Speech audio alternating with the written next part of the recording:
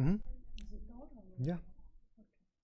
My coffee may be ready to pour in a minute. Hello, everybody. Happy Saturday to you. And if you're on the other side of the planet, happy Sunday to you. As you guys know, it always takes me a minute to get ready or get set up. So let me set up my stuff here.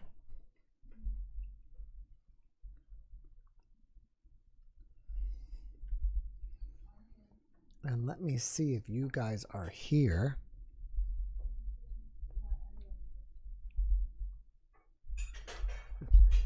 And yes, you are here. Studio LB, Jillian, Leonard, Gogo, Bev. Hello, everybody. So let me set up my things I need to set up here. There's just a few things. And there's that. Why did that not save correctly?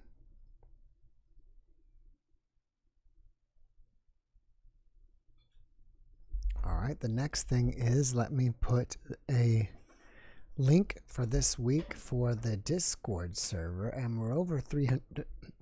Yeah, we're over 300 people, so that's good. All right, so here is a new link today.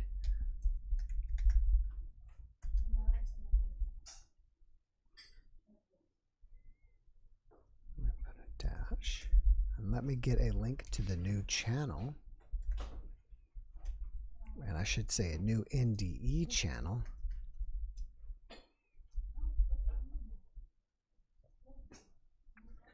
And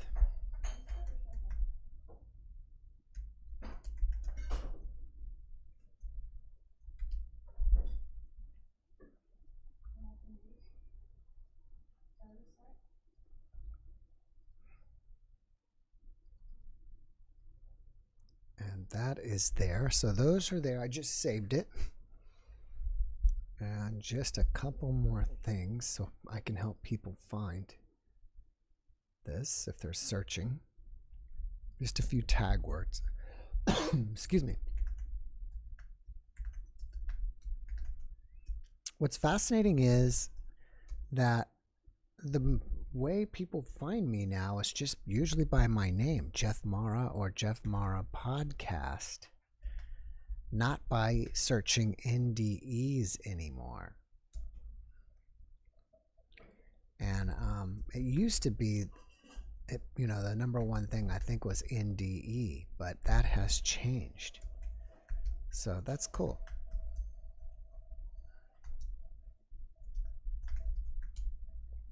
All right, I think I got all of those there for now.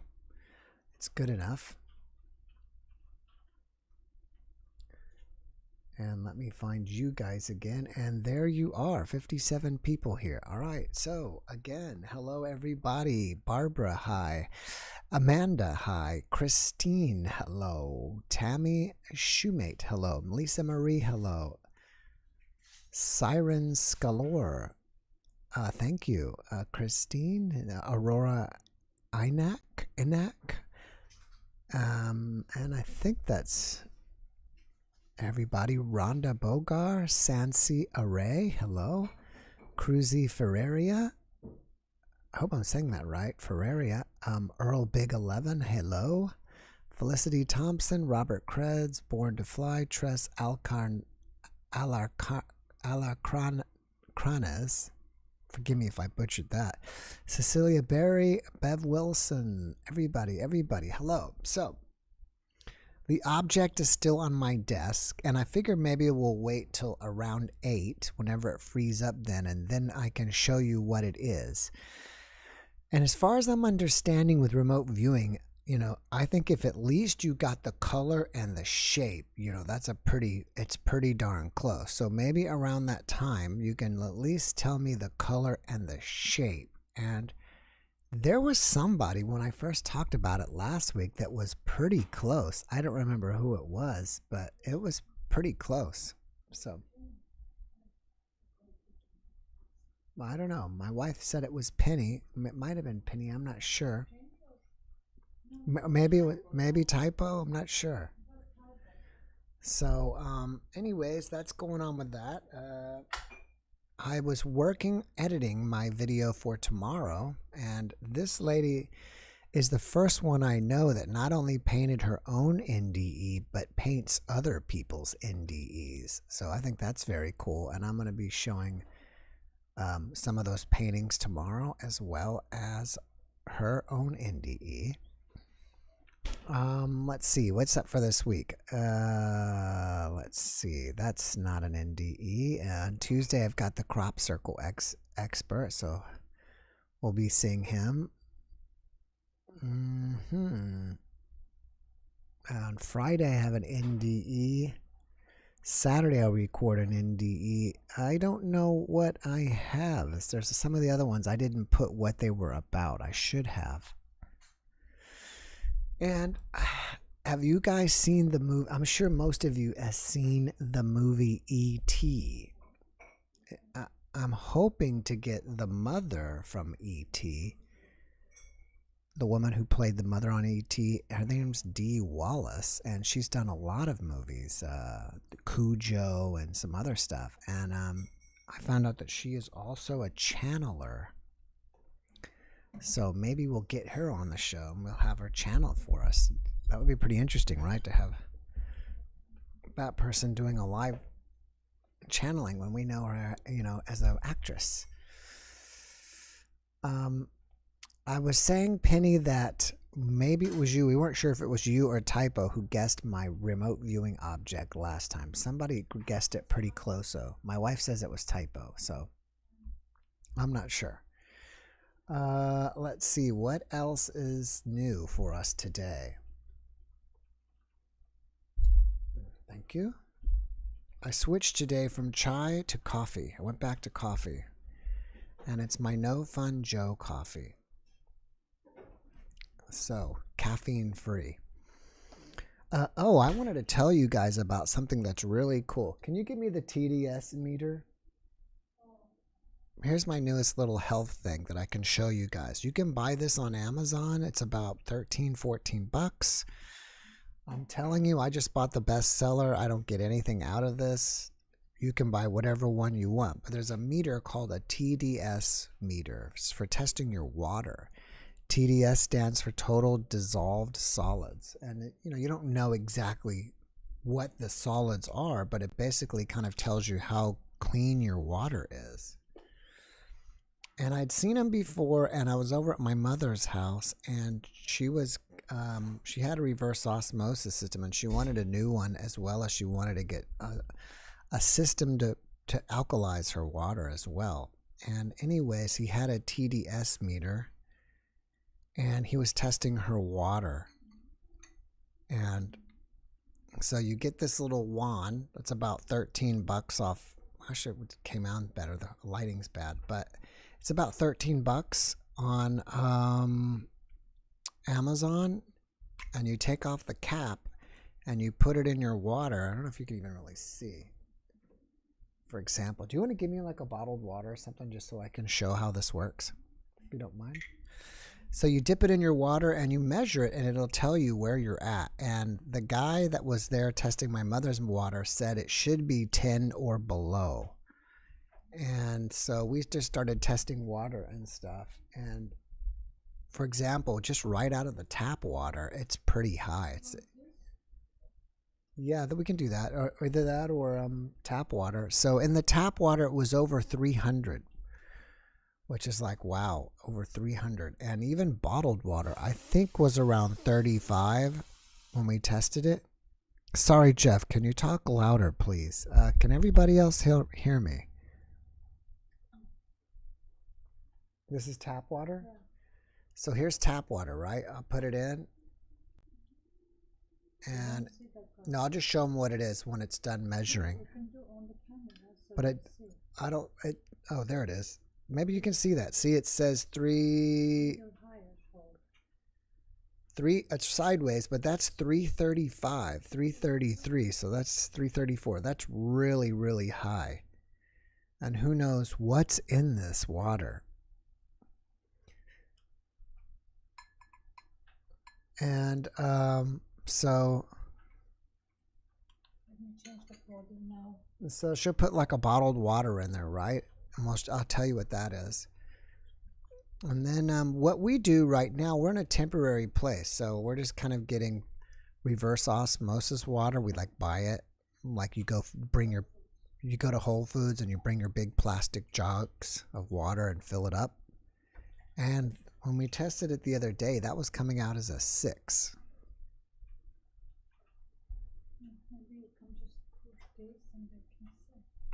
All right, so it's interesting. I'm doing an unboxing. I'm doing a product demo. Oh.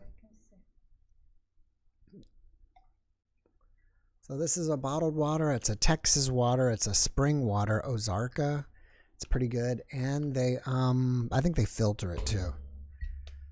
So let's turn this on. It's, you can see that it's 0. You can see that it's 0. And it's so white. It's saying 32. I don't know if you guys can see that. The green's not coming out very well. 32.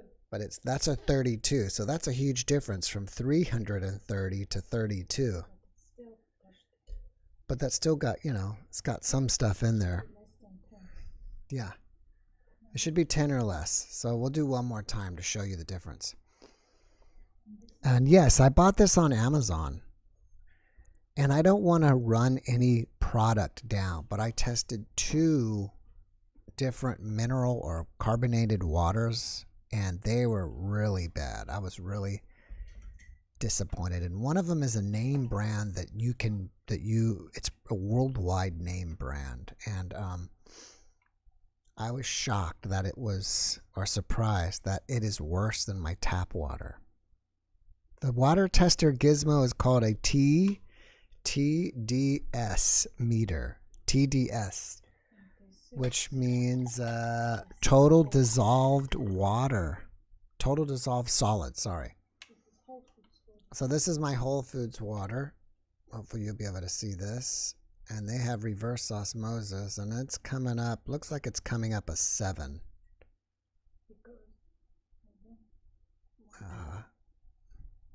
Hard to do it with the lighting in here. There. So that's a 7. So sometimes 6, sometimes 5. Maybe it's still reading 7. I don't know if you can see that. I'm sure you guys trust me that it's a 7. So that's pretty cool. And for $13, I think it's really cool. So that is my product for today, guys. A TDS meter. What did I do with the cap? Maybe I'll let it dry a little bit. You have a friend that's a water tester, and he said Fiji is the best of all of them. I don't know. That's interesting. In our last house, we had a reverse osmosis system, plumbed into the house, and I think we were getting like a 3 or 4. And the brand name, I don't even know what the brand name, but I think it was like, when you go to Amazon, they'll be like best reviewed or best rated, and then they'll be like #1 Amazon bestseller. And I think this was the #1 Amazon bestseller. And that was, my wife is going to look it up. And there you go. You can just touch the button and turn it off. Which?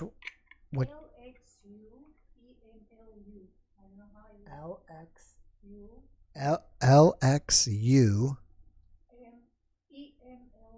EMLU Professional 3-in-1 TDS meter. Oh, temperature too. I didn't even work on the temperature. And it gives you some, I guess it's kind of telling you color coding in the back, but it always seems to be coming up in green. But anyways, on the back side, it has something like this. Well, it's okay. I'd rather not. And they can find it. You guys are a smart audience. I'm sure if you really want one, you just go to, it has a blue box and you see what this looks like. It's white and black. So, yeah. $13.98. So that is my new toy. When you get older, you buy toys like this. That's my new toy. All right, let's see. 126 of you guys are here. There should be at least somebody in line waiting to come on. It's not an alkaline sensor. It's just it just tells you, I guess, what kind of solids are dissolved in your water.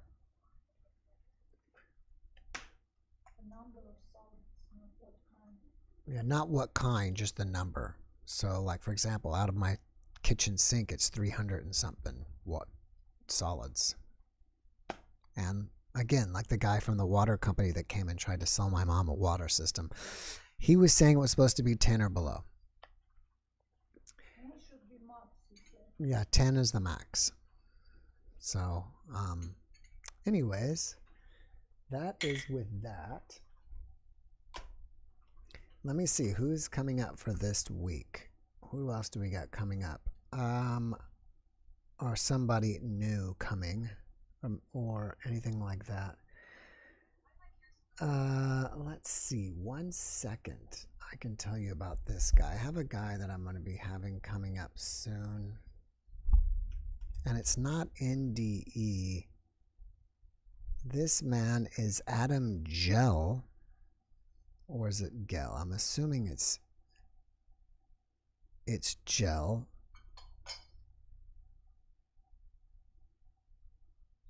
And oh, he's about dream guidance.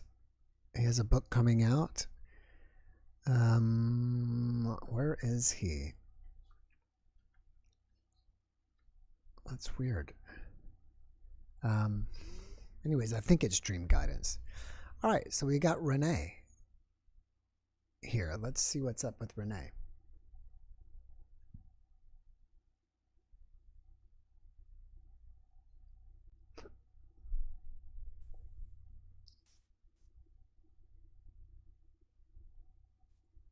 And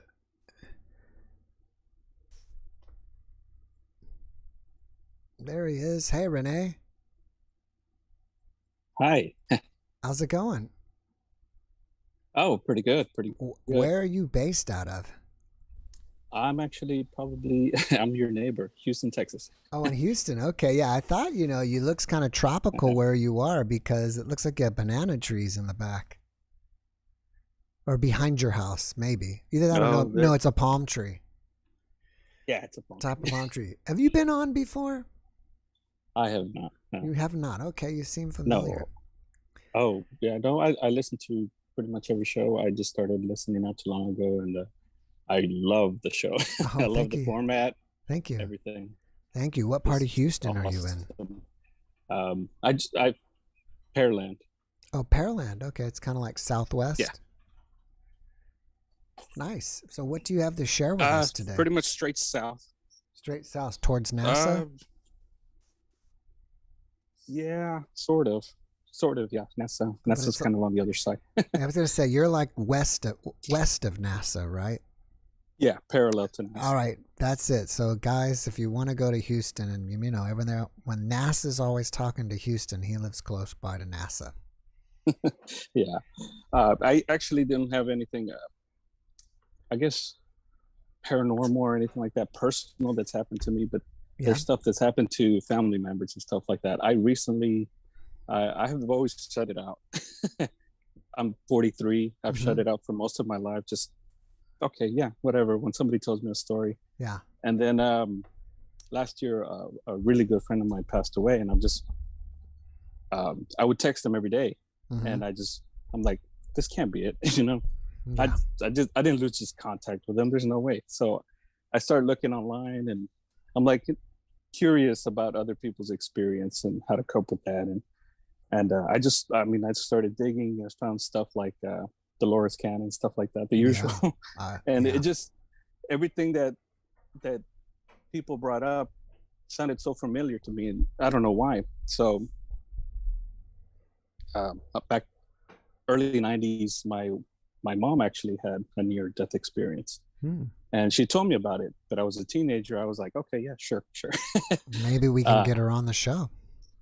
That would be something. She's very reclusive, but I'll talk to her and I'll let you know. Cool. But I once I got back into this a few months ago, I asked her about it again. She's like, "Why are you asking me?"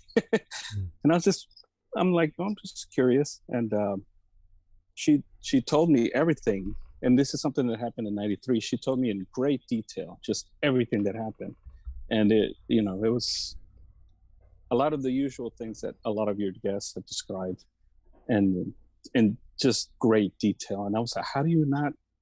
You've forgotten my birthday twice, and you're my mom. How do you remember in great detail what happened? She's just like, it was just so real, And so I had a good long talk about it. And how did she die? It was something to do with high blood pressure. So okay. Yeah, just in a crowd. It was actually at her mother's funeral. Oh wow! And she passed out just completely. And she just said that once it was over, she was shot straight into her body, and everybody said that she just bolted, like just jumped right back in, like they just. Oh, cool. I was like, wow, that's one of those things that a lot of your guests describe. I have a half sister that also sees. I guess she says that she sees, I guess, auras and energy and stuff like that. Mm-hmm. And I haven't gotten to talk to her too much in detail about it, but I was just like, how come all this was around me and I didn't really pick up on any of it? I was in my own world, I guess. Like I said, trying to just shut everything out. I was a big skeptic, pretty much. Well, I think it took the passing of your friend to kind of wake you up is not the right word, but the passing of your friend just kind of made you become aware of things that you weren't really paying attention to. Exactly. Yeah. I love the way you put things. You hear this stuff and thank you. You have a really good way of interpreting, I think, what's going on. And then I got to talking to my younger sister, and she actually lives out in Hondo, the Hondo area. Oh, Hondo? Yeah, I know. I've been there. I've been there quite a few times. It's close to me. Yeah, it's a nice area. And she spoke to one of my uncles. My family's originally from Mexico, and one of my uncles that's just a big skeptic about everything as well. He swears up and down. It's like his grandmother, my great grandmother, I guess, would speak to the dead. And just, what do you mean? It's like, yeah, they would line up at our little house out in the middle of nowhere in Mexico and talk to her, and she would give the messages onto the family. And I was like, what do you mean they would line up? Did you see them? He's like, yeah, they would speak to me while they were waiting in line. I was like, that's so wild. Weird, like, and creepy, a little bit to me. I think there's a lot more. That's wild. So it's something. I was going to say, I think there's a lot of paranormal activity that happens in Mexico, as well as, a lot of activity that's seeing Mother Mary and stuff like that goes on that's not reported. Oh yeah. I mean, my dad talks about the witches out there in the country. Stories about those witches kidnapping people and stuff like that, and they took this guy's daughter, and he swears, like, I'm gonna get this guy. So he slept under a tree, waited there on with a gun, and when one of them, the witches, stopped on the tree, he shot it and it flew away. And the next morning they found one of the people that lived in that village shot to death. Wow. I was like, wow, those are just really tales that I grew up listening to, but I just never really took seriously up until I started looking into the more paranormal side of. What do you think about the chupacabra? Did you grow up with that story? A little bit. I was already a teenager by then. I don't know too much about actually. I have an international audience. So here in Texas, where I am, chupacabra, it kind of, I think, translates into like goat sucker or something. The cabrito is the goat, and it's supposedly some type of animal, some type of goat that's, like a monster. And at one time in the national news, they had some kind of dead animal, and they were wondering if that was the chupacabra. And, I don't know if they weren't clear if it was like part goat, part coyote or what, but it was, it's a folklore that where I live that, people grow up learning about. Same here. Yeah. Same here. I heard a little bit about it, and then it just quickly turned into a marketing thing. Yeah. There was T-shirts and stuff like that, and it became more of a marketing thing than a paranormal right thing. So, but the big thing with our family is just the witch stories. What will be interesting is, it sounds like it's some kind of pattern within your family, like a gift, like your mother, your half sister, your uncle, maybe your grandmother. Yeah. I don't want to, maybe it'll turn on for you one day. Yeah. There's things that I just didn't notice that I do notice now. I do remember seeing my grandfather when he passed in '93. After he passed, I looked out the window and I just saw him, and I was clear as day. I saw him. It's like, he's right there. And they're like, my parents were like, yeah, that's normal. That's fine. Like they just kind of brushed it off. They're like, I was like, really? They're like, yeah, no, of course. And so I'm like, okay, well, I need to sit down and talk to you guys. What's going on? Yeah. So. Well, when I talked to some of my guests, at least one of them, we had a great conversation about that people think heaven is up, you know what I mean? And hell is down, but really it's like layers and dimensions all on top of each other. They're like, they'll say they're really right there, but we're in a different frequency, vibration, dimension. So they're not up in the sky. They're right here with us, but we're in a different dimension. Yeah. So maybe that's why your family said, hey, they're right there. Yeah, exactly. So I need to sit down and talk to them. What's always caught my attention is, I think you've had some neuroscientists and stuff like that have come on, and that really grabbed my attention more about just like the fabric of reality and stuff like that. The way that the veil, and sometimes you could see holes in the veil and stuff like that. And it's I didn't plan this, but we had a birthday not too long ago, so we had this thing that you throw the Xbox like bean bags that you throw through these little holes and win prizes. And I was like, just sitting out here, I was working on the yard, I sat down and it's like, this kind of probably is like the veil.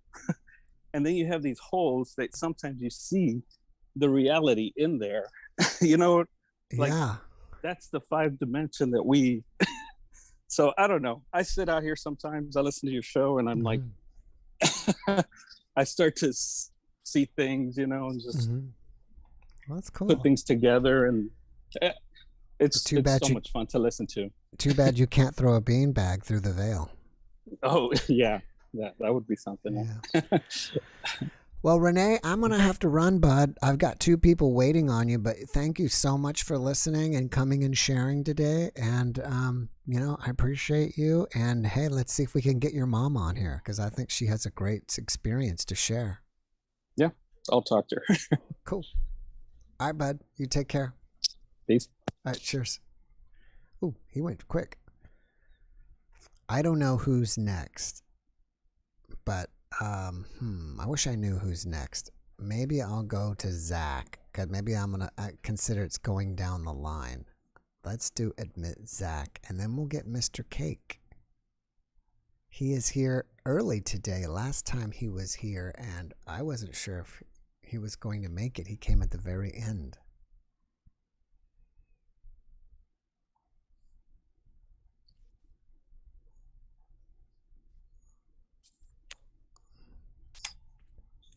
Ooh, wow. Oh, hey, Zach. Hello, I'm in my bed. I didn't realize, the last person that was just here, we were in his backyard. And when I first saw this, I was like, oh, wow, where, I didn't realize this was a green screen kind of photo. I thought you were really there. It's a green screen from the recent floods in Brisbane Oh, in wow. Australia. I didn't know that was going on down there. Yeah, and I'm just in my bed, having a Sunday morning lie-in before I meet my mother. You're staying dry, huh? Yeah, that's happening. That's right. It's already Mother's Day for you guys over there. So for everybody on the other side of the planet, happy Mother's Day. Oh, thank you so much. Thank you. Same to you in the future. Thank you, and thank you, mothers, because without you, life doesn't continue. So we need mothers. Absolutely. Right? Yeah. Thanks for that. Yeah. So what's going on with you? I haven't seen you in about a month. Yeah. Well, here I am again, and actually today, I just have a question, and the question really it is for you, but it's also very, really in large part, it's also a question for all of the people who watch your show and for the participants as well who've had these incredible experiences. So I'll go ahead with that question. All right. So the question is, I wonder, there's been so much evidence, it seems to me, such extraordinary evidence for near-death experiences and for some kind of spiritual reality. I mean, really, the evidence is just so extraordinary that it just seems to be undeniable. As there's even been some evidential stories of, I saw this object which I couldn't possibly have seen at the time because I was actually not living in this physical realm, and also other such stories. And what I wonder is, has anybody got a response to why on earth doesn't science seem to accept this? I mean, science seems to be a system of inquiry based on evidence, and yet there seems to be so much evidence. I mean, I'm not a scientist at all, but I just think there seems to be such an abundance of evidence, and it seems that science, to me, isn't on board with this. Science seems to say, no, actually, the universe is just simply material, and I just wonder why on earth is that the case? And so that's my question to the world. One of the things I'm going to say is I'm going to refer to my interview with Dr. Pim van Lommel. He is a cardiologist. I think he's Dutch. I guess you would say Dutch. I don't know if he's from Brussels, Amsterdam, somewhere in that area of Europe. And we talked about that. And one of the things he said is that, doctors don't want to talk about it, come out, publish about it because they're worried about funding. I think these are just that was he was saying. And my general opinion is, who wants to fund that type of, to me, funding research has got to have some kind of financial benefit, right? Let's go research something so we can make a product. So what product is going to be out of NDEs? There's no financial benefit for anybody. Spiritually, yes, and maybe financially, but I mean, probably not for a corporation or a business. What's the financial benefit on that? My guess is, science is going to have to start, they have to change their whole way of thinking or paradigm and everything. If that comes true, that, if they can quote unquote prove it to be true. And again, if you go back to that podcast with Dr. Van Lommel, and he's a cardiologist, by the way, and he's kind of like an old school NDE kind of researcher. I think from the 80s or 90s is when he started. But at the end, I flat out asked him, and I wish I should go write it down because every now and then this comes back up again, and so I can quote him directly. But I flat out asked him, are NDEs real? And he said, basically he was saying, even though we can't prove it, yes, they are. The evidence is all there, even though we can't prove them to be real. I hope that's answering your question. Yeah, and thank you for that. And I just would love to hear from experiences and other audience members also with their opinions on this question. So thank you very much, Jeff. You are welcome. You got anything new to share with us? Oh, you got any new experiences? You still got the tick going on? I have, yes. So yeah, I've still got my tick happening. So I'm doing lots of meditation, and yes, I'm working through my funny tick movement that happens to me when I do that. How long have you had that? Your entire life? No, I haven't. No. So it started through meditation, and I started meditation in 2019 in June. So June 2019, and about a month after I started meditation, that's when I started to all of a sudden have this sort of tick jerking movement happen to me. Interesting that it started because, you would think that meditation is supposed to help people, and I don't know if this tick is helpful or not. How you would? Well, you know what? It's quite weird because, when I'm feeling really, really stressed, then I'll go into a meditation, and then I'll do this like big tick movement, and then I feel so much more relaxed. It's like this huge surge of energy leaves me, and after 5 or 6 or 7, several ticks later, they just subside, and then I just stop the ticking. I wonder and I become relaxed. Do you think that if you keep meditating at an intense level or a regular level, that the tick will subside and go away for good? It does, yeah. But these movements of energy, I've heard, can take decades, actually. So, it just seems to be a lot of trapped energy. I don't know. I really absolutely no idea. But I'm not so worried about it, and I'm so interested in it as well. I find it so extraordinary, and it's so fun to show people, look what happens when I meditate. Can show people that, and they go, oh, that's nice. Well, you got anything new to share with us before I run, brother? Yes, I don't. You don't. All right. No. Well, I appreciate you coming on. I am happy. Am happy to see you again. I hope you visit us again. Don't be a stranger. Stay dry down there in the storms of Brisbane. Yes. And take care. Thank you, Jeff. All right. Thanks, Zach. Take care. Bye-bye. Bye-bye. Bye-bye. All right. So next up is Mr. Cake.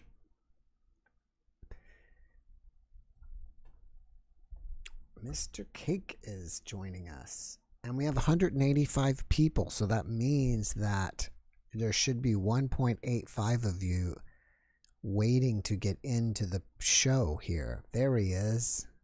Dun, dun, dun, dun, dun, oh, it's the night show. Here he is. We got a great show for you tonight. We got a guy that tests water. I did not know you can't drink water over a pH level of 8. Wow, did not know that. And we got a guy who's going to come wrangle some panther cubs for us. Well, that'll be interesting. Ed, you like panthers, don't you? And we got a comedian. We got Jerry Seinfeld. Whoa, we got a Jerry Seinfeld. Whoa, it's going to be nuts. Whoa, why do they call it a near-death experience when you're not even near anything? That was a good one. That was a new one. I really like your Jerry. Whoa.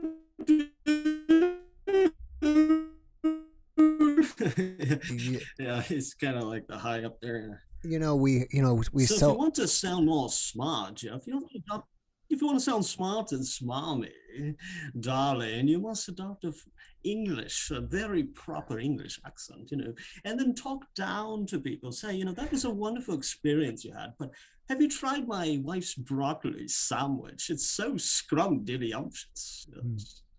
Have you ever considered that comedy is your purpose? We talk about purpose often on this show, and people wanting or wishing they knew what their purpose is. Have you ever considered that that's your purpose? Because you have a natural ability and you're good at it. Yeah, I'm an entertainer. Yeah. So, and I juggle, and then I get spirit orbs. And so I found that when the light's coming in, Mm-hmm. but then you block the camera so it's not, so you can still see, but right. It's not, the dust isn't visible dust. Yeah. It's not the dust like when you hit the floor and then you see dust coming up. It's invisible dust. It's invisible to me. I don't know what it is. It's just swirling around. It could be, is it possible it's micro dust that's just beyond our sight? I think that's probably one of the biggest, I don't know, not really concerns, but question when people see orbs and photograph and video as, that's one of the biggest questions. Is it really orbs, or are they really orbs, or are we looking at dust? Yeah, and is it possible that the spirit is just manipulating what's already there? Because maybe they're just manipulating the elements. They're not creating something new. Right. Well, a lot of times when you see orbs, they're one, different colors, and two, they're not even a solid color or completely translucent either. The orbs a lot of times look like there's things inside of it. They're not, and they're not uniform in the inside of what's going on, which, I don't know. It's not like I'm reliant. I've had so many experiences, and I told you I have a spirit with me all the time. And then, you got the magic box, like skeptics haven't even mentioned that. I don't know what it is. Should I do some juggling or let the spirits move me a little bit, or? Yeah, go for it. Here's a trick I've been working on.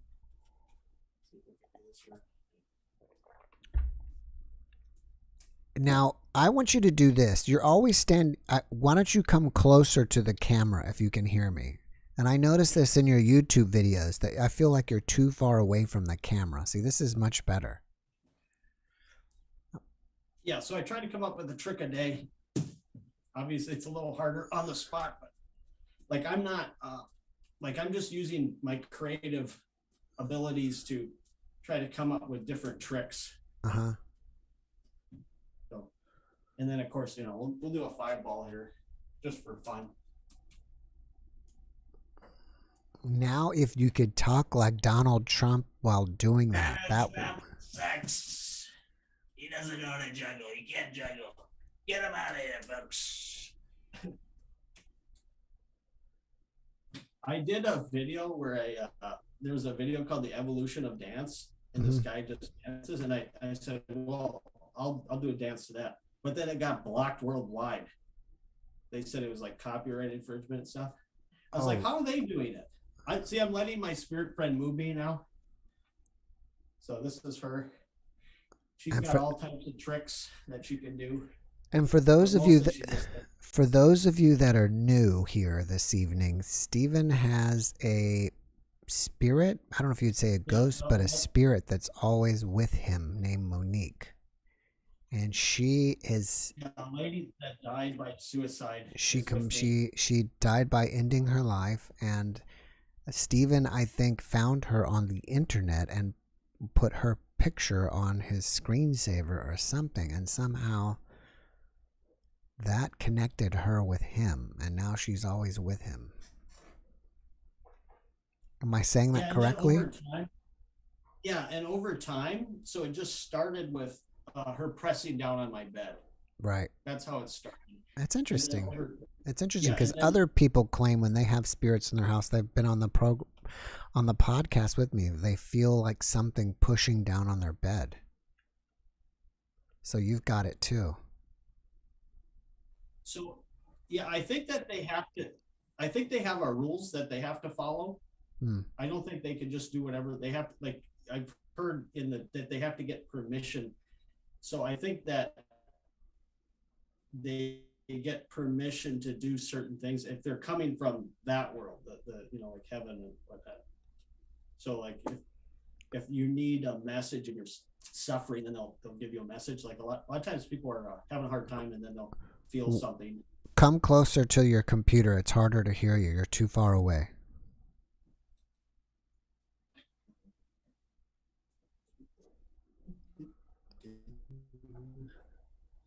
There you go. All right, how's that, man? You know, that's much better. Beatles, you know, they're quite the band. You know. Yeah, now we can hear you. So, as you were saying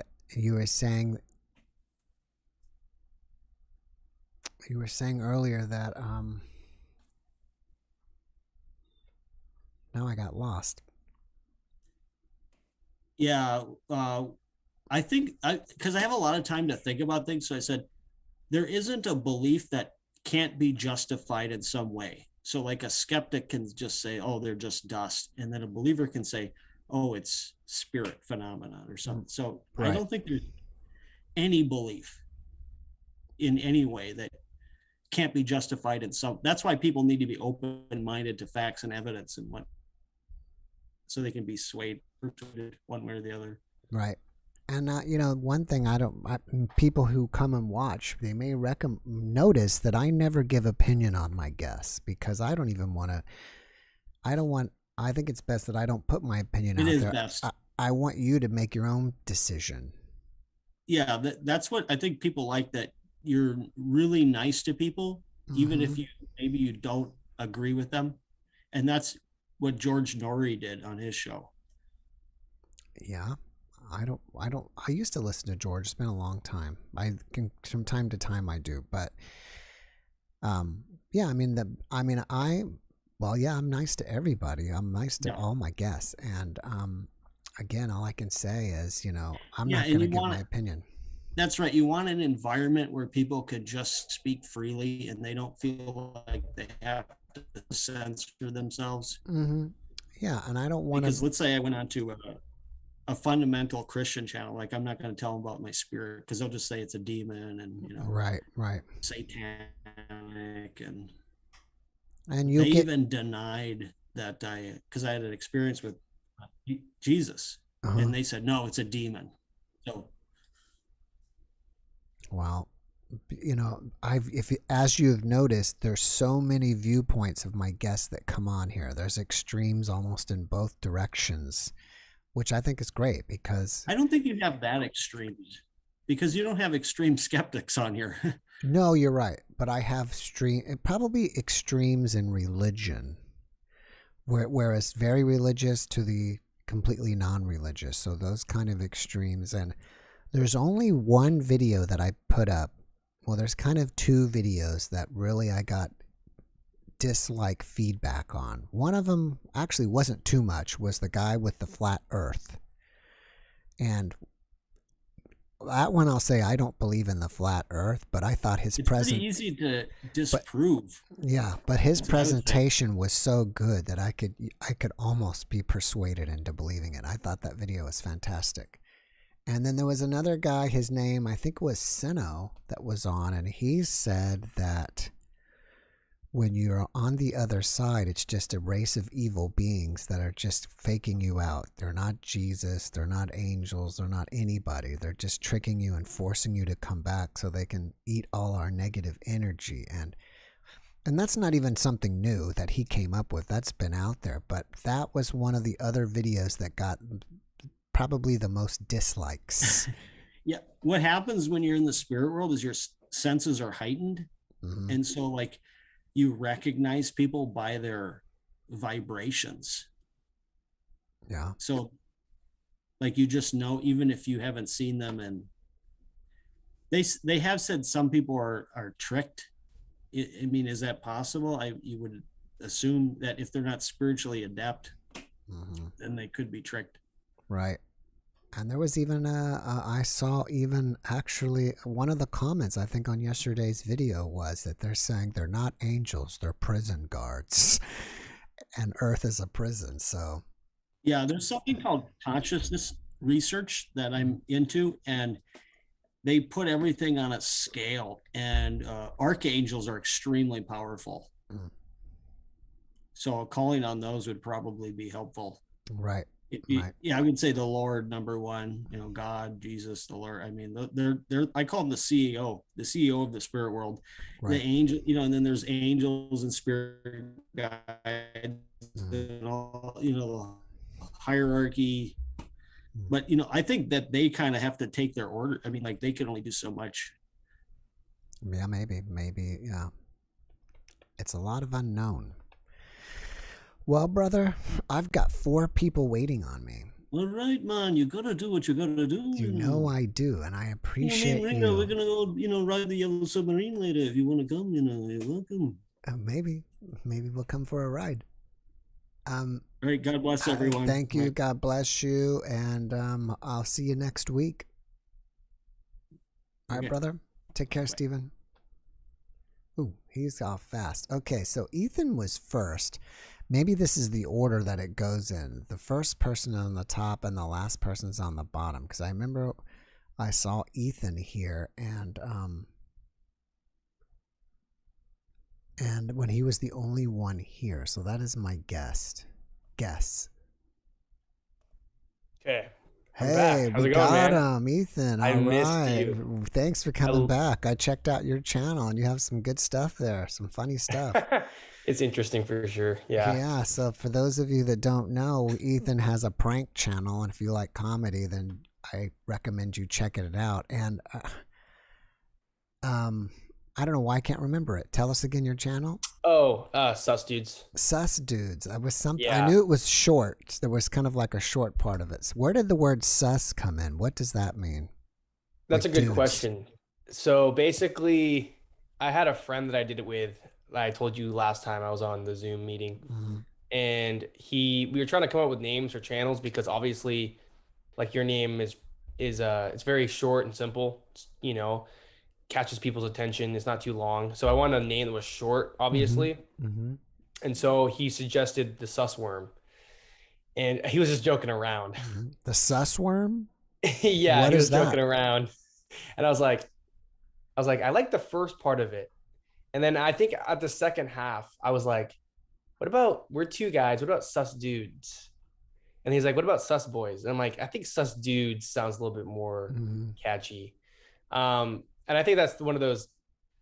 I think that's what's hard about YouTube in a whole is you have to come up with a name that is catchy enough to where people, and not long enough to where people will just like not want to check it out. Right.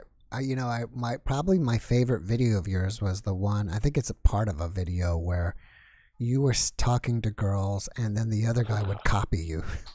Oh, yeah. My friend Nick would copy me. Yeah. And you couldn't hold it in. Because, I've been working on it for a little while. I have a passion for it. And you told me you've been on YouTube since 2006. Oh, wow. So you've learned a lot about see, that's the thing is you broke the algorithm. I can tell in your videos, your near-death experience videos, they break over 100K. I mean, sorry, 10K. Right. And my videos, it's kind of the same way, but with only the hot mom content. My hot mom content gets over 10K. As people who ever ask me, and I'm only can tell you my experience. I have nowhere near, I can't, the numbers of, Mr. Beast or PewDiePie or any of these guys. But in general, I just kind of tell people when they ask me, when you find something that works, you found your audience and keep doing it. So you've obviously found that really works for you. And apparently you keep making those videos. So you're smart. Yeah. I try to execute on what works. And as well as I try not to get burnt out on just making that kind of content. But I've collaborated with bigger YouTubers and they told me the same thing. They're like, there's no secret of breaking the algorithm, just keep on trying new things, doing what works, have fun with it. If you get drained, just meditate, take a step back. YouTube is very hard and it can be very draining. And it depends on what content you make, but I can only guess that your content that you make can get very draining at sometimes. You're like, oh, man, you do need some breaks in there, every now and then, I would say. Maybe some of my, not really this content, maybe my other, because I have other stuff that's kids channels and Nerf channels. Yeah, I saw your other videos. Right. And that was a more I could see. But this one is actually, you know, I get a new person every day. So that's kind so of cool. Yeah, I love. And then this you is know, even really a lot of fun because I get even people that I've never met right here live. right. And I love the fact that I love your channel so much. I've always wanted to start a channel based on this kind of stuff, but I never saw anybody doing it in a way where they can consistently do it. And then when I saw your channel, I was blown away because I was like, wow, he figured it out, you know, and the fact that you are so consistent with it Every day. is just so impressive. Like I'm like a jealous monkey. I'm jealous of your channel because I envy your channel. Like I love it. I think it's like the coolest thing ever. I think more people need to realize that there's something going on, and you are non-biased. So when you have your guests on the show, you let them talk, you let them give their opinions, you let them figure it out. But I wanted to ask you a question though, because I know on that point that you want people to figure it out. Mm-hmm. My question to you, because I think like a lot of people can hear your opinions every once in a while. Mm-hmm. But I saw the video of the photographer girl. Like it was like kind of a while ago. Was it something Nova? Yeah, I showed it to my dad today. I'm trying to think. I can't remember her first name. Something. Yeah, something Nova. They Are Coming. It's the one with the. Yeah, that's her. Yeah, yeah. I remember her last name's No. I don't know if that's her real last name, but I remember she told me her last name. Well, we went by her last name is Nova. Okay. Yeah. And I was watching it, and it was really interesting, right? Mm-hmm. And then the part where she would take the photographs, and then all of a sudden she would be meditating, and it sounds like it seemed to me like when she was meditating, there'd be like the camera would be behind her and getting the view of the scenery, right? And then all of a sudden these weird objects would pop up. So what exactly are they then? If they pop up out of nowhere through meditation, they're not from different planets, there have to be interdimensional. Like, right, I mean, what do you think they are? I had a good conversation with a recent guest about that. I wish I could remember. I should know my own content better, but I had a recent conversation about the psychic world, and you kind of stumped me here because I don't know. I know. I had to ask because it's such okay. a great. I'm trying to remember. I'm gonna flip through my channel here, and it was probably a UFO one or something. But we talked about that and talking about and I talk about that with quite a few UFO people and stuff. Is ETs are there. Well, first I talk about with people that I think if it's all true. Which which I fully believe. If it's all true, it's too far to go, even at the speed of light. It's too far, so they're either coming through wormholes or they're. What some of my guests and I talk about is they are traveling into the conscious realm, the 5D world or whatever. They can put their ship inside of a bubble, get into the 5D realm, and then travel at the speed of thought, and then be here. And have you seen the new Star Trek series? I haven't. No, that's one thing I haven't. You've got to seen. watch that because the new Star Trek series is exactly that. What is that called? It's a brand new ship. It's supposed to take place 10 years before Captain Kirk. We've been watching it. Anyways, for at least the first season, they figure out with some other being how to go into the conscious world with the whole ship, and then they instantaneously travel from one place to another. So that's okay. That's my opinion. And then I wish it's a very difficult subject to talk about and think about. That's why I can't rattle it off that well. It's but hard. I had a guest on and we spoke about that. And this guest had an answer for that. One thing that that I was talking to with one of my friends is he's not super religious, but he believes in some things in the Bible, which, makes sense. I don't believe everything in the Bible necessarily, but I do believe a lot of things in the Bible. Mm-hmm. And I believe in angels. And he was telling me how only angels can move at the speed of light, technically. And if they can do that, then they could be the fallen angels that are in the Bible, right? Oh, if they're moving at the speed of light? Yeah, like if they're moving at the speed of light, which only angels can do, then they could be fallen angels, right? I mean, yeah, I don't know. I mean, I'm not an angel expert. Yeah, no, I have them on to tell me. But apparently, all I can guess is if you're in the spirit world or the angel comes here, they're not really generally in solid physicality, right? They're not solid. They're energy beings. So if you're energy, you are basically light. Whether you're traveling at the speed of light, I'm not really, I know I'm really stumping you right now. Yeah, you got me. You are showing. No, it's okay. I'm just kidding around. But I mean, it's impossible for me to remember every guess, right? I mean, there's so much information. It's almost like you're getting every interview you do with somebody that's, I would say, the well-educated guests you get on your channel are a little bit more insightful rather than for me, because I've heard a lot of near-death experiences and I feel like there's a common theme to them. But when you get, book writers or you get guests that are very they have a lot of knowledge about the Bible or a lot of knowledge about ancient civilizations. I watched Ancient Aliens for such a long time. Yeah, I love that show. My favorite show ever. And my friends, people always made fun of it because they would say, oh, Ancient Aliens is, it's fake, it's bullcrap. And I would just tell them, like, listen, you guys don't understand, like, the technology that these ancient civilizations had, there's no possible way that we can even do this now. In our time. We can't even, edge cutting technology doesn't exist in the ancient civilizations. Yeah, I love how they show those rocks and they're cut perfectly. Puma Punku? Like that. The holes drilled through them perfectly. Weird. And then I told my friend, because he has a really closed mind. He's really closed-minded about this whole subject. And I told him, I said, what's the worst possible scenario if they are real? And he's like, well, if they are real, and he's very religious, he's like, if they are real, they're demons. And I said, well, that's the worst case scenario. I said, what's the best case scenario if they exist? And he said, well, then that means they helped our civilizations and they would probably intervene if necessary, if there's a war going on. And I asked him a question. I said, okay, those are two good standpoints. I'm like, so what do you believe they are then? If there's two different standpoints, either good or evil, because that's kind of the common theme I see on your show when it comes to these ETs and stuff.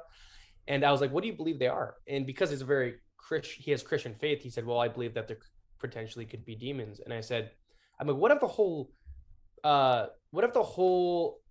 that one area that speaks about them being bad is actually just misinterpreting them for being good? And it's a huge conversation to have, and it's something that we're never going to be able to understand. But I just said to him, I said, we don't have to worry about it unless something happens in our lifetime that we actually see them and they, more often, and they come down and help us. Then we can start to panic. But right now, if they haven't intervened now, then I don't believe they're bad. You know what I mean? Right. Yeah. I'm going to have to run, but before I go, you go to my Facebook page. Did you just find JeffMara podcast or whatever? And I posted an article on there about how the government just released 1,600 pages of this other stuff, not the one that happened last year, but this new stuff of pages. And in the article, you can click on and go right to the government pieces of paper. You can go to their links and look and read the actual paperwork. And that's scary. Yeah. But one of them, what I found was fascinating, is they were thinking about drilling a hole in the moon, all the way into the middle of the moon, because they think there may have been a metal on the moon that is 1,000 times lighter than steel, but just as strong. So my opinion is, what is the point of them even thinking about doing that in the first place? To me, that means they found the metal and they want to figure out where they can, they have it, or they've seen it and they want to go figure out where can we get it from? Because what you normally just wouldn't come up out of nowhere and say, hey, let's go drill a hole in the moon and see what metal's there, right? Right. Yeah, no, it's scary, and it's honestly a little bit too much to grasp at times. Yeah, so that's there, and I just read a little bit, and it was about wormholes, about being able to fly through wormholes. But I really want to go find the part on there where they're talking about that people who are near UFOs, like seeing UFOs, have somehow become pregnant. Yeah, see, that's a little weird. Anyways, but, Ethan, thank you again, man, for coming. And if you guys check them out, Sus Dudes. I got you on all. Don't be a stranger. Social media. I got all my friends to subscribe to you. So cool. Thank you. I'm here until 100,000. You know. All right, man. Cool. All right, brother. I got to take off. Cheers to you. Bye. The next person is Leslie Kings. Leslie is our musician friend from Hong Kong.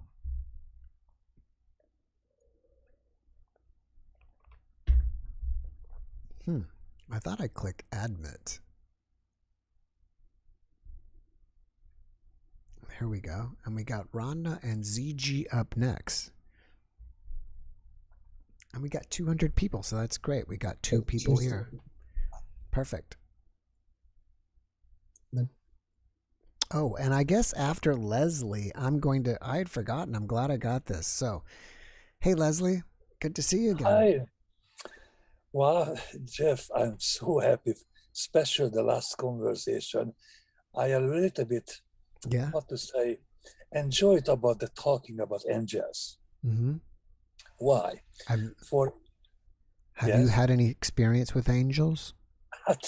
This is what I'm doing. So, and it's crazy. I shared for, I'm called my crazy man, and I shared also you guys also, and therefore I'm really like this podcasting, but it started to be very serious. But let's go back about the angels. Mm-hmm. I don't want to talk about preaching about angels in the Bible, but very clearly can see for they exist and interverse, something happening. Even big guys like Joshua asking God before go to war, for go against or not. So many times where war began, they have music, people marching in both two sides and praying. Mm-hmm. So the spiritual influence before war and under war is a very hot practice effect was always in the history. So honestly, well what I'm doing, I'm sending music to different places. Right. And no, the last video what I just sent was to Azovstal, that means the part of Mariupol where I have the big fight. Right. And I begin this sending with prayer and angels, really. I'm Bible believer. For Jesus had possible and said, I can even authorize 10,000 angels for free me. So at the point about what he said, that means what he did, we can also doing. It is another study. If somebody interested can study so many things about how to activate. But if we just thinking for everybody have one angel, and we are some 7 billion people. That's a lot of angels. If everybody even has one guardian angel, that's 7 billion guardian angels out there. So just for a little bit help for how real. Now, but you can even authorize, you can have power by Jesus, according to the word of God, what I believe, and what I experience for sending to this place. And what happening in Mariupol, special Azovstal, how stuck it, the whole war, and how many innocent people who was under this Kazamata, this place, how step by step was released with permission of Russia. So it was a miracle. And I began this basically sending to different places a spiritual feel. That means I prayed first, and after I played music. That means inside the music have the power, they have God's presence. Right. What I must believe. Why? For happening things. When we talk first, you remember different stories. I was speaking with a woman today, a woman that I recorded her NDE this morning, and we were talking about the music that she heard on the other side. And the music to her was like human voices. There was no instrumentation, and it was like in the higher range or high-pitched human voices, but singing. And I may have said, well, maybe it was like a choir of angels singing. Jeff, is very, very interesting what you shared. That if somebody interesting about how to downloading, not playing music to God, but music exists in heaven, and you can download music, many different music. So what she says, I think so very real, and I share for me personal, it's so wonderful confirmation. But let's first say the first. Revelation books, chapter 14, if somebody interested. Chapter 14 of Revelations, verse 2. Yes. This is speaking about for music from heaven.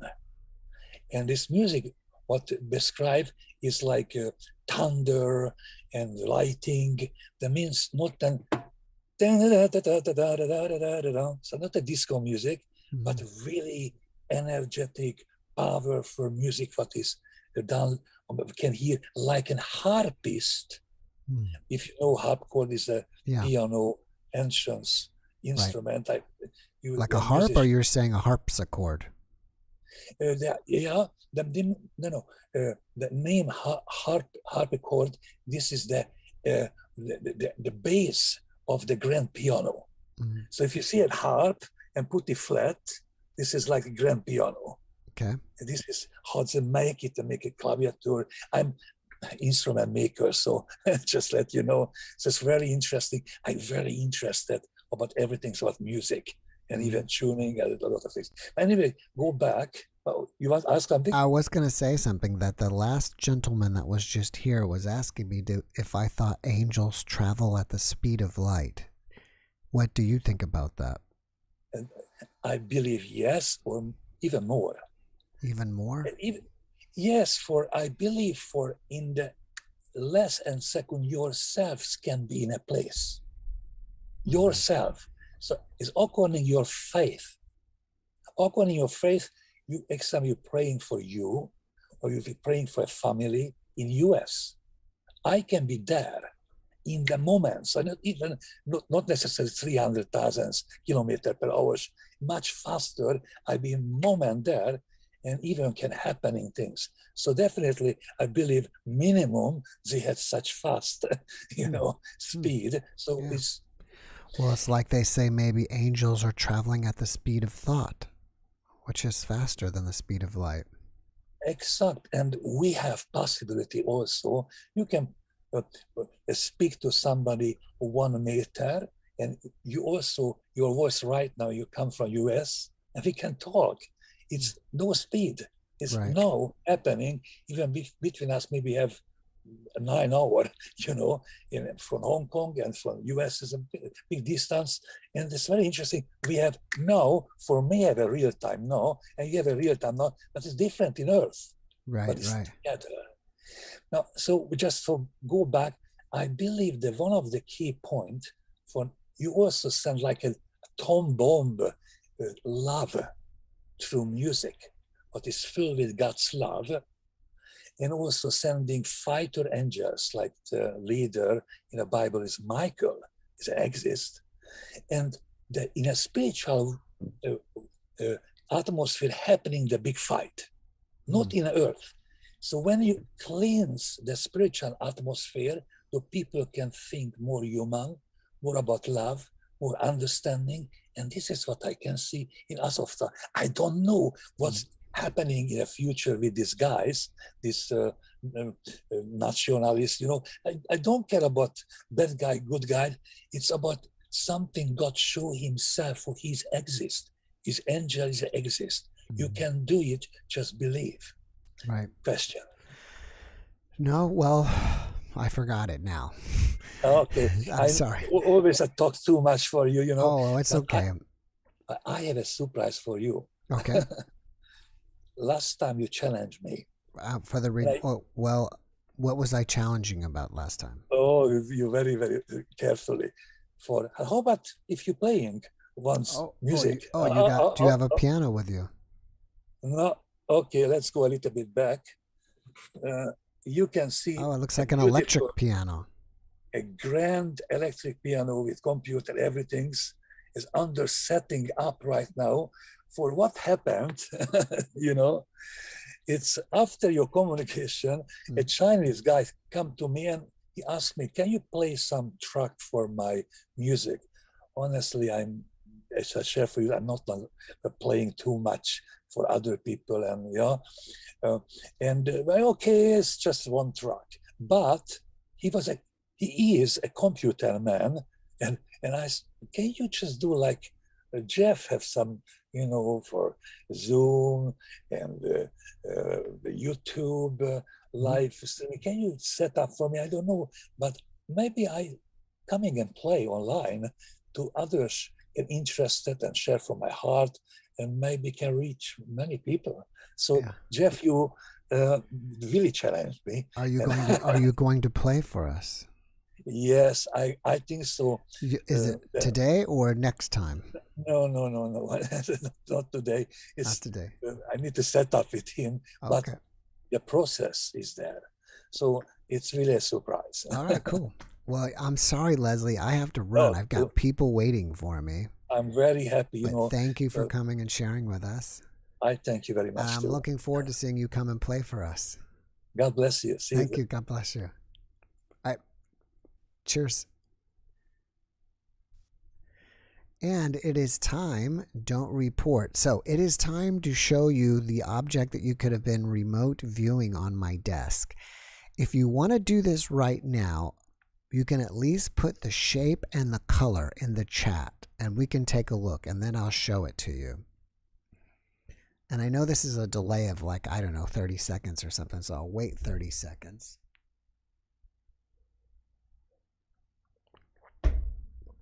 And then I will show you, whoa, I almost showed it right there. I hope nobody saw that. I will show you what it was. And I'm thinking that I don't know how many people will actually guess it, but I think at least people will be able to get the color and the shape. And so I am waiting for you guys. Okay, we've got one coming in. Higher realms. We've got one. We've got two. We're close. I'll let a few ones come. I'll let a few more come in, and then I'll show it to you. Yellow rubber ducky. I have to say that's not it. I don't.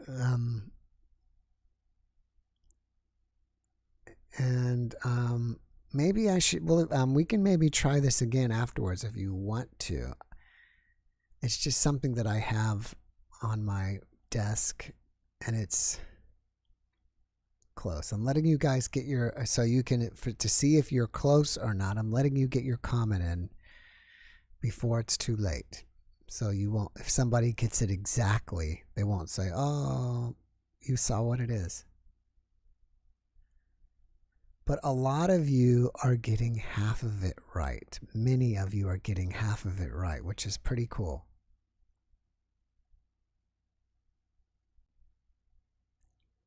All right. I guess enough time has passed by. What it is a red foam ball.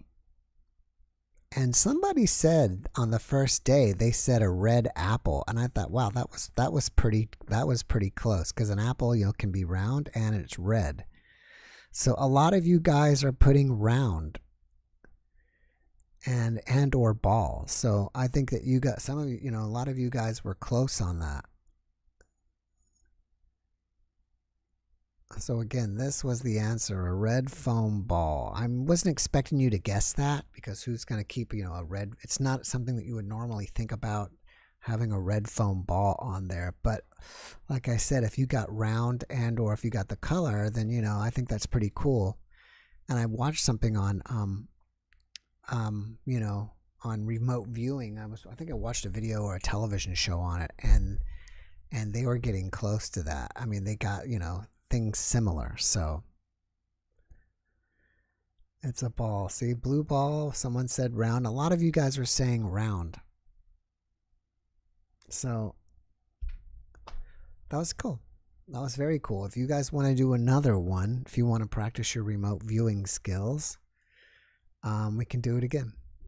And on that note, let's keep going. We got Annie Palmer here. Now, I believe Annie was a guest of mine probably at least a year ago, if it's the same Annie, and she's a chiropractor. And I think she had an NDE due to a motorcycle accident. And I hope I put her in the right order. If I'm in the wrong order, please forgive me. Annie, is that you? Can you hear us? Can you hear me? You saw red. Cool. I didn't give it time to focus, and that's what I got. Words are red. Thanks. Is that an orb? It's a foam orb. Oh, no. Hi, Annie, and I got you right. So that was you. You had an NDE with your motorcycle accident, right? Well, that was kind of mislabeled. We couldn't get it corrected in time. It was not for my motorcycle accident. I was told not to ride it, which was given to me by an intuitive a number of years before the accident happened. It was just labeled that way. We couldn't get it changed right off, but the motorcycle was involved for me not to ride it. But yeah, that's what it's labeled at under your podcast. Yes. Right. Well, you were on the motorcycle when weren't you, when you left your body, or I guess you flew off the motorcycle? No. What was it? Was it a car accident, or were you hit by a car?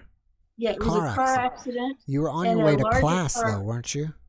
Pardon me? Weren't you on your way to class? I was on my way to study for anatomy final at my fourth quarter at chiropractic college. Mm-hmm. And the lady fell asleep behind the wheel and crashed into my small car. Okay. I was pinned in between the door and the transmission, which now I have arthritis in both sides of my hips. And I was also involved in a 10-day coma. Wow. Yeah. So that was it. You were told not to ride the motorcycle. Correct. Okay. Right. It was from an intuitive a friend of mine, well, she was my chiropractor boss. Okay. We went to an intuitive reading in Kansas City, Missouri, 1977, something like that. Wow. The 70s. Yeah. Yeah. So she told me about it. She said, be sure not to ride your motorcycle. So I didn't. And the accident happened. Cool. Now, the last time you were here, I think we spoke about your twin flame. What do you got to share with us this time? We continue to meet. This is you and your twin flame? Yes. Okay. It's on a etheric level at this point. I feel him on my left side right now. He's with me all the time. It's like he's my overworked guardian angel in the etheric realm. I'm sorry to interrupt you, but I thought your twin flame is living. He is also living. He bilocates. He bilocates, okay. Yeah, which is pretty unique. And I can't get into the details because he's a professional and I don't want to go there with him. But I've seen him leave his body and bilocate to talk to another entity who was in the room with us. Right. It was really unique. I had never seen that before. So since we've been connected, an awful lot of synchronicity has happened for me, which was a lot of healing is coming through, which I have done a little bit before being a chiropractor, but also before chiropractic college, I was able to heal people with my hands. It feel like basketballs of energy were around each of my hands. And that was in place when I was a teenager. but I never really did too much with it, with the exception of being a chiropractor. That was one of the expertises that I got into. With that said, though, I never really did the intuitive healing like I have recently, which is pretty cool. This one lady was going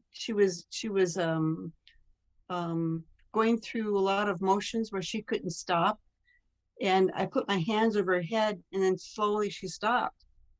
She stopped her motions. And another lady just recently too, she had fractured her tibia down at the distal end, where the joint where her ankle is. Right. And I went over to heal her, and I saw just a whole lot of heat coming off of her body, like about 1.5 feet or so off of her body.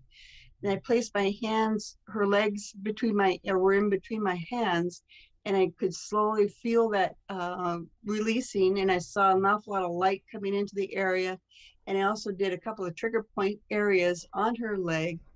And then after the healing, I don't know how long it took, I started going to a past life reading. I said, this is not the only time that this has happened with you.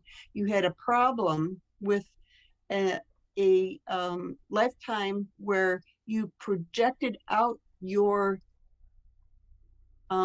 feeling good about yourself, how you felt about your self-esteem. She projected it out to people and to events instead of from within. And that kind of carried over in this life. She was pretty well established with a management person, and that's what she did. She was really helpful with getting things organized. And since she left that job, she was really lost. How do I get my own perspective of my enlightened self, or how would I feel about myself? So she started doing a couple other things, but they're superficial. They're not what she's looking for. So when she fractured her leg, though, that was because of some therapy that she was undergoing that was causing the compression fracture. And her son and I both say, yeah, that's a lawsuit. But wow. It's not up to me. It's up to her to follow through. That's a strange therapy to cause a compression fracture. But I have two questions. I have two questions I want to ask you. Okay. One is, I had a guest on, that was Betsy Chassie, and she is the co-writer of the movie What the Bleep Do We Know? And we were talking that, and I'm trying not to quote her, but she basically said that MRIs actually show people's auras, but they either filter it out or they collimate it out so you don't see it in the MRI. Have you ever heard of that? Wow. No, I haven't. And she had a medical word for it. The science doesn't call it aura; they call it like bioenergetic field or something. But I was wondering if you've ever heard of that. No, I never have. But I do have some MRIs, and I can look at that later on. They're I can't get to them immediately, but I will look at that to see what I can see. But culminating out, we do that with X-rays. Right. Culminate down to right. as you know. Right. So the second thing I wanted to ask you is, do you think that this person is really your twin flame, or is it you in another body and having a simultaneous lifetime at the same time? Because I had another talk with a guest not too long ago about us living parallel lives at the same time on, like right now, we could be actually living in another, from our higher self, living in another body in another lifetime at the same time this lifetime is going on. So is that possible that that's what's going for you? Or is it that your twin flame is your consciousness split into two different bodies, if that's what you qualify a twin flame to be? Well, that's an interesting viewpoint for sure. If that were the case, twins are duplicates of the same soul source. So in one sense, I would be in a different body, masculine body, looking at each other and doing what you suggested that one person did, because we are the same soul. We're twin divided into masculine and feminine. With that said, I have leaned towards knowing that twin flame, being a twin flame, because of a vision that I recalled during my near-death experience. When I was in Nirvana, we were in a room, Mother Mary and I were in a room, and she told me who I was, an aspect of. And she said, she asked me if I knew this individual's name, which I don't recall the pronunciation. And she said, well, you're his twin flame. I then stepped into our energetics, twin flame energetics in that room. And with that, I then saw the individual manifesting into or reincarnating into the life that is present now. And I don't want to get into the details of who we are because that leads to an awful lot of questions and answers and doubts or whatever, because of how the collective consciousness has thought of these two individuals all along. So I have to leave it at that. But I do know he is my twin flame. And he says yes. All right. He says yes. All right. Well, Annie, I'm going to have to run. I have people waiting on me. Okay. I thank you for coming and sharing with us and visiting with us again. Are you up for talking to other people about twin flames? And if so, if people want to question you, are you up for that? And if so, would you like to give out your email or Facebook or anything? Yeah, sure. I would be into that. My email is 1981nde@gmail.com. And Facebook is Annie Isaacson Palmer. And I'm in Vancouver, Washington area, East Vancouver, Washington. So if they'd like to get a hold of me, better reaching me through my email. Right. Also, are you a member of my Discord? I don't know if I am or not. It's totally free. Discord is free. You just go to discord.com, get a free account, and then right now in the what do you call that? In the description of the video is my link to my personal Discord rooms. It's like kind of like Facebook, but different. You can chat there, you can video chat there, you can talk there. There's over 300 people there that go and hang out and and chit chat and do whatever. So that's something that you may want to join, and you might find a lot more friends there that like to talk about twin flames or NDEs or whatever. That'd be good. So that's discord.com. Right. DIS. And then where do I And then once you sign up for your free profile, and this is not only for Annie, for everybody watching, you sign up for a free profile. Okay. And then you create your profile, and then to join my rooms, the links are in the description below. You click on that and it'll give you an invite to join my rooms, and it'll be just like the JeffMara podcast Discord rooms. Okay, so I'll go to discord.com, sign up for the free, and then do my free profile, create my free profile. Yep. And then after that, the links for the Discord or the links are in the description. That's in the below and bottom. Below the video, yes. The link to my rooms are in the link below. I mean, in the description below. Okay, and it's JeffMara podcast. Okay. All right. Thanks. Great. Thanks. I'll sign up. All right. I got to run. Happy Mother's Day to you. Oops. Sorry. That was an accident. Anyways, let's go to ZG.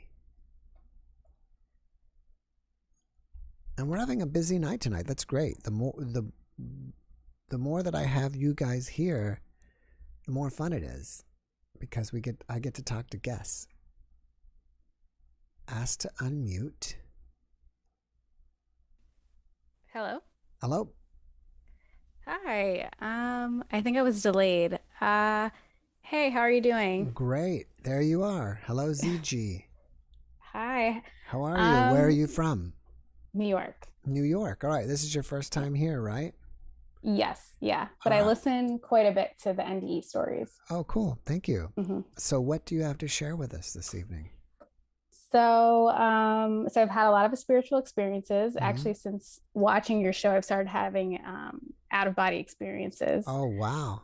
Yeah, You're the first person to report that from watching my videos. You're having OBEs. I've started a bit. So for me, I listen sometimes before I go to sleep. Mm-hmm. So it's like it kind of like is an activation, like when you listen to a story or when you listen to someone having another experience, it can trigger an experience in yourself. Wow, that's cool. Yeah. What is it like? Are you leaving your body completely and you can turn around and see your body on the bed, or what are you experiencing? So, well, I was calling to tell you about my lucid dreaming experiences, but I'll tell you one Okay. of the first out of body, sort of the beginning of that experience that I had. So I was listening to your show, and then I was kind of like drifting to sleep, and you enter the hypnagogic state, which is when you're not quite asleep, but you're kind of awake, so you're in that in between space. And then what happened to me was that my body started to vibrate. And so your body enters this vibrational state. And it's kind of like if your cell phone is on, your cell phone is vibrating, that's how much it shakes. So it's actually kind of scary. Actually, it feels terrifying. But then I recognized, oh, this is what I've heard out of body experiences sound like. So my consciousness kind of recognized that. And then I asked myself to leave because I didn't have experience. I didn't have like skill training. So I was like, can I leave my body? So this is the weird thing that happened the first time I started sort of having this experience was I heard a voice from like right here. So I'm lying on my on the couch and I hear a voice from right here. It was my own voice and it tells me no. And then I just wake up. So that was like the first kind of that I started. And then eventually I did have one later on, but that was really weird how it was like outside of my consciousness experience and it stopped me. It woke me up. It said I wouldn't be able to have one. That's amazing. that night. And you had a great point that some of the people talk about that what stops us from having the OBE is the fear. Yeah, it doesn't feel good. It's at least the beginning part of it. It doesn't feel that nice. It feels pretty scary because it's like it's activating a part of you that you're not accustomed to being activated. So it doesn't feel, and it shakes like pretty violently almost. Wow. So it's like I can just know from my mobile phone, if I have the sound off, but the ringer, the buzzing's on, it's more just like a heavy buzz. Is it like that? That's what it felt like. It felt like my body was going like this. Wow. And you're trying to contain it. And yeah, it feels kind of weird. But anyway, so I started sort of having stuff like that happen. But I'm more into dreaming because dreaming feels a little bit more like safer. Right. So and I apologize. I got you off. I diverted you what you came to speak about. I got you off of this. Fine. So what did you come to tell us? No, yeah, because I haven't had like a ton of those experiences, I can't like speak about them that much. But so I've been lucid dreaming sort of spontaneously for the last, I want to say 6 years. And it actually happened the same way. Someone told me, well, it was actually my brother. My brother told me about lucid dreaming. I never heard of it before. And that night I had a lucid dream. So sometimes someone just telling you about an experience can, for whatever reason, I think we're all very spiritual, so it'll trigger an experience within us. So I started lucid dreaming. And then I just started having it just like opened the door to a ton of spiritual experiences. And what ends up happening is the more you get into lucid dreaming practice, the more dreaming becomes interesting. And then the more you start to look at your dreams as important, the more important they become. So the content of my dreams over the years started to change. And I started to get sort of like people that would come to me in my dreams that would help me like in situations where I needed it. So for instance, and this sort of goes along with some of the conversations you were having today. Recently, I was having like pretty sad thoughts, and I went to sleep, and it was a non-lucid dream, but it was a very vivid dream. And it kind of looked like I walked into the backstage of the dream. Like I walked into this area, and I'm not lucid, and I'm looking around the dream, and it just looks like a place that I've never been. There was a wall full of technology, like all of these little switches. And there was a woman sitting there. And then she turns around, like she was like working. She turns around, she looks at me, and she says, "Oh, you're here." Kind of like I wasn't expecting you. And I don't know who she is. And so I sit across from her. And then she says to me, "Here, I have something for you." So she gives me a picture. And I look at the picture, and it's a picture of myself from, it looks like I was 4 years old, but it wasn't a version of me that I recognize. It looked like a version of me as if I was born in another country, like in another civilization or another time period. And as I look at the picture, I feel like these waves of innocence wash over me. It was like the purest version of myself. That kind of essence of me washed over me. And it was like such a beautiful feeling, especially because I was feeling sad that day, that I almost started to cry in the dream. And then I give her back the picture. And then she says, "I want you to keep looking at it." So I take the picture back from her, and I start looking at the picture. And as I'm looking at the picture starts changing, and it starts changing into all of these different versions of me. It was like a Rolodex, like flipping through pictures of me, but pictures as if I was born in different places, not the version of me that I know. And as that's happening, I enter a wormhole. And what's happening is I'm concentrating on the picture is changing, and I enter this wormhole, and I recognize that if I keep looking at this picture, I'm going to somehow exit the dream. But there's like all these images around me, like dreams that could form if I lose my concentration. And it was so distracting that I lost my concentration. I entered a different dream, and then eventually I woke up. That was one of the kind of recent experiences that I've had. That was an amazing dream. How do you define lucid dreaming? Is your definition having realizing that you are in a dream and you're awake in a dream, or is it something different? Yeah, so lucid dreaming is when you become conscious of yourself in the dream. So you're in the dream and you know it's a dream. And then that gives you the ability to like ask the dream questions, heal things. Recently, I could tell you another quick story. Okay. Recently, I became lucid, and I was asking the dream questions, getting answers. And then I decided that was kind of over. Then I decided to like try to put my hand through a wall, because I was like, I never tried to see what would happen. So I tried putting my hand through a wall. And the wall was so hard. It felt like a real wall. And my hand actually hurt. I tried to put my hand through the wall. And I was like, wow, this is so weird. So I start punching the wall to see if it would break, and it's not breaking. So I yell to the wall, "This is not real. This is not real." And as I punch it the third time, the wall disintegrates and the dream drops. And I enter a black void. And as I enter this black void, I lose my body. I lose my frame of reference. I lose all reference points, and there's nothing there. It's just the void. It's kind of like the NDE void, what I've heard them describe it as. And I'm just a stream of thoughts now. There's nothing else. And because I'm in this blackness, I become like filled with fear. It was just like a very terrifying. Most of my dreams are very positive, but this was a terrifying experience.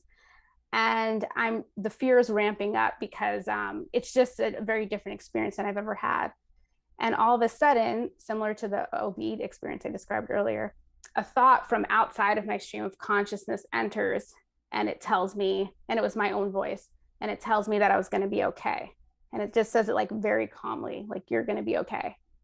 And as I recognize that, my thoughts kind of like slow down, and I kind of try to process it. But it was such a heightened experience, like a peak experience, that I couldn't like stay in the dream. So that's like a little issue with lucid dreaming, is if you're in too much of a high, fear, like happiness, whatever it is, you kind of like you end up waking up. So that was another recent experience I had. Well, maybe you can come back next time and share with us your other OBEs. I'd like to hear about that. Okay. Cool. Yeah, sure. Well, thank you. Thank you so much for coming and Thank sharing. you. And you know, I appreciate you listening. And like I said, maybe we'll see you and you'll come back and share with us. Yeah, sure. All right. You have a great evening. Bye-bye. You too. All right, so that is a first for the JeffMara podcast, that somebody is having an OBE just from listening to the podcast. That's very cool. All right, next is Rhonda.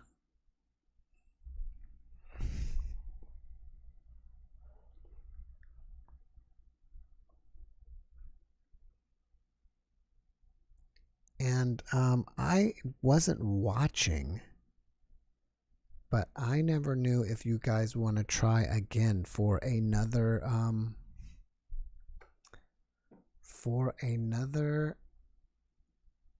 remote viewing.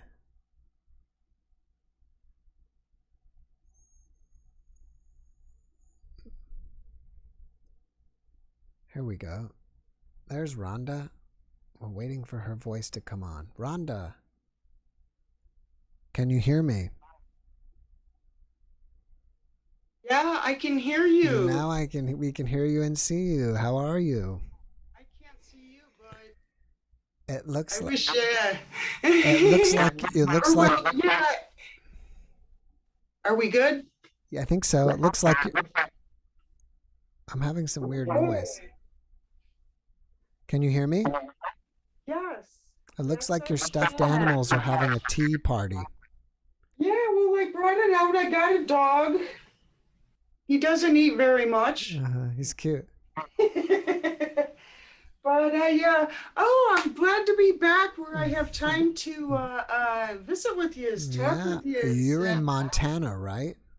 Yes. I remember. And just in the time that I've jumped on, like first tried to jump on like at 6 o'clock, it's gotten a bit darker already, but we have more light than we did a couple months ago. Yeah. It would be totally dark at this time. Yep. So yeah. So what's new with you? What do you got new to share with us?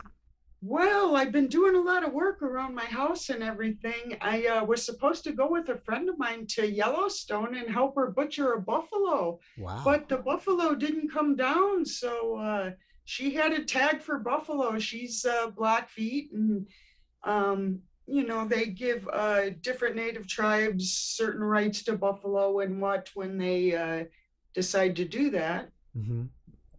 Do you live near an Indian reservation? I do. I live just off the Blackfeet reservation. Oh, wow. Do you have a lot of friends that are Native American? Yeah, I do. When I first moved here, I actually moved right onto the reservation. So I just thought it was normal that, you know, to have Indian friends. And I'm a descendant. I'm like my great grandmother was a full-blooded Canadian Blackfoot Indian. That's interesting. I'm surprised that they let. I didn't know anybody could move on to the reservation. Yeah, all the reservations are different. The one like down the Hopi reservation that's I think within the confines of the Navajo reservation down that way. Yeah. If they let you on, yeah, you got to leave by sunset or something like that. Yeah. So have you had any new experiences since we last seen you? I think I have, but I kind of had my mind on you've had a wonderful week, some great talks this week, and a lot of things. I have to watch last week's videos over again to update because there was so much good information. But one thing I want to share, because it seems like something that people really, one of the main things that people ask about is the big question, like, why are we here? Yep. Why, you know? That's I ask that one a lot. It seems that way. So there's a couple good books that I've come across over the years, and I want to share them with you. This one is The Sufi Teaching of Hazrat Inayat Khan, The Mysticism and Sound of Music. In here, it's the most beautiful book I ever read in my life. No offense to anybody's religion, but if I read a page or two, I'm just uplifted. It's beautiful. Everything in here. And there's a part in here that just describes the way I feel. Mm-hmm. It's a beautiful thing. I'll read the end of the prologue here. Let's see. I played the vina until my heart turned into the same instrument. Then I offered this instrument to the divine musician, the only musician existing. Since then, I've become his flute, and when he chooses, he plays his music. The people give me credit for this music, which in reality is not due to me, but to the musician who plays on his own instrument. And I just think that's beautiful. But yeah, that's nice that they give out. One that I feel describes, I don't know, I'm not seeing myself clear right now, but God speaks. Meher Baba. And if the song, I won't sing the song, but don't worry, be happy. Yeah, that's a good song. I think that's inspired from Baba. Wow, I didn't know that. Like Pete Townsend was a Baba lover, coming on to him after Baba's passing, which was 1969. I'd like to get Pete Townsend on as a guest to talk about that. Hey, I haven't. I don't know what he's up to these days. Yeah. But in here, he explains it's a lot. The evolution, reincarnations, and involution of consciousness back to coming, back to source. A word I don't usually use, but this book, I was talking when I talked on a couple of the live streams before. When I got this book about 7 years ago in Glenwood, Colorado, I was reading this. It described the experience I had exactly. And he makes it sound big, like it's a real big thing in the way of India. But where is it here? Page 136 or something. Yeah, he describes it as like nirvana. Oh, here we go. The experience of the first stage of Fana is of the nirvana state. Nirvana is that state where apparently God is not. This is the only state where God is not and consciousness is. This is the experience of the first stage of Fana, is what Buddha emphasized, but later on it was misinterpreted as Buddha having emphasized that there was no God. The reality, however, is that God is, but in the absolute vacuum state of the first stage of Fana, only consciousness remains. Well, he articulates so much. That kind of sounds like the black void, and I wonder if that's true, that God doesn't exist in the black void.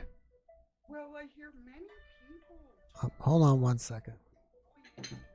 Space in the void, and I'm gonna have to ask the next guest that I have that went to the black void. Do you feel like God is there? Usually from the black void, a lot of times they report seeing the light while being in the black void, and then they go to the light. And that's exactly what happened to me. I should have stayed there. Well, anyways, what happened to me is I got sucked through, like it was, I don't even think it was a split second. I went through there and I was instantly in the light. Yeah. Full immersion. Wow. Yeah. And he describes it in here right after here. Let me, okay, here we go.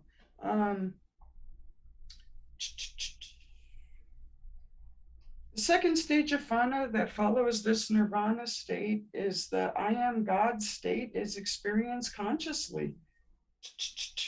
The super consciousness of God in the man state as man, now fixed and focused on the unlimited I, spontaneously identifies man with God, the infinite. Yeah, well, when I you're read experiencing this, God constantly. when I read this like 7 years ago, when I bought this book at the bookstore, it flung me back in the light, but I was conscious of physical reality at the same time. Cool. And I was like that for 6 weeks. And I didn't tell anybody because, I wasn't around anybody that I thought had a practical knowledge of that kind of thing. Mm-hmm. Yeah. Yeah.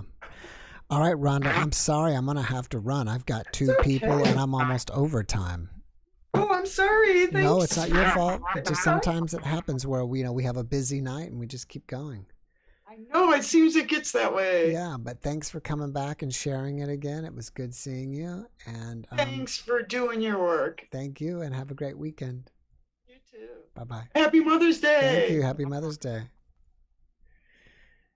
All right, Coach Reza. And then we've got Typo. And Typo, thank you for that super thanks.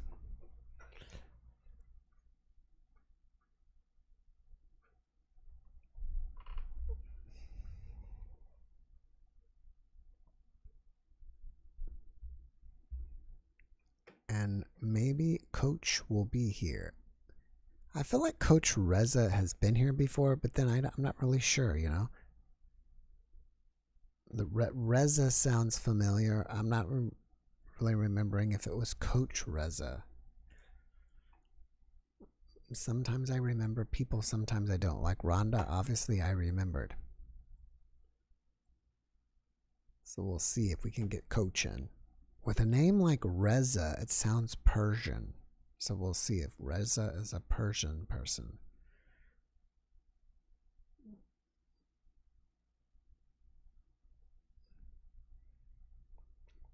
And maybe Reza is having a little trouble. So again, I didn't, I asked you guys and then I didn't have time to look over there and see what the answer was. Maybe I'll have to ask my wife to keep an eye on it. I asked everybody if they want to try remote viewing. Oh, they want to remote view again. Okay. I've got something else on my desk that, again, on my desk right here and now, I'm in San Antonio, Texas, because sometimes location matters in remote viewing. So I have something on my desk. It's nothing to do with computer related or electronic related stuff. It's sitting here on my desk. We will see if you guys can remote view it for next week. And it's here. It will be here until, it's always here. So I hope that, all right, Coach, what I'm going to do is put you back. I'm not kicking you out.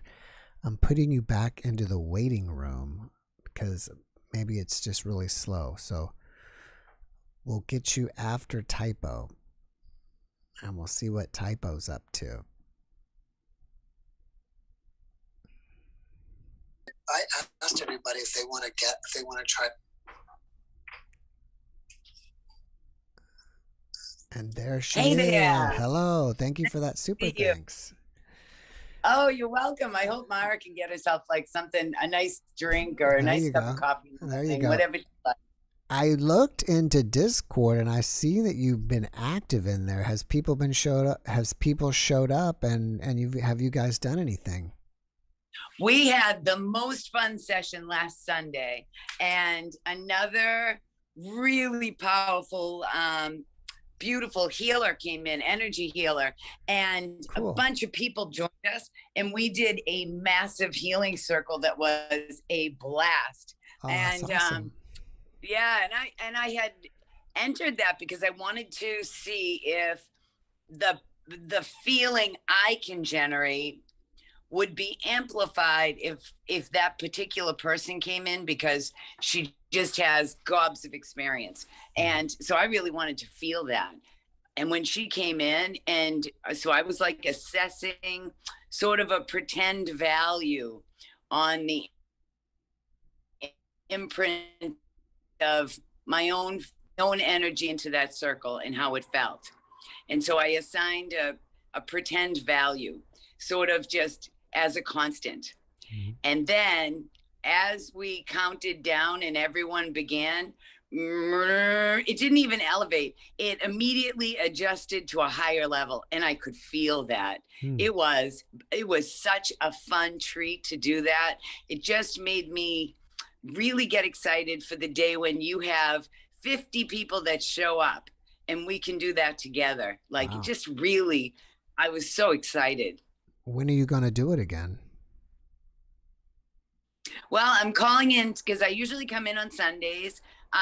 And so I won't be in tomorrow, unfortunately, but I might be able to pull off a, go ahead. I was going to say, yeah, probably because of Mother's Day, you won't be there tomorrow. Yes, and my son is flying out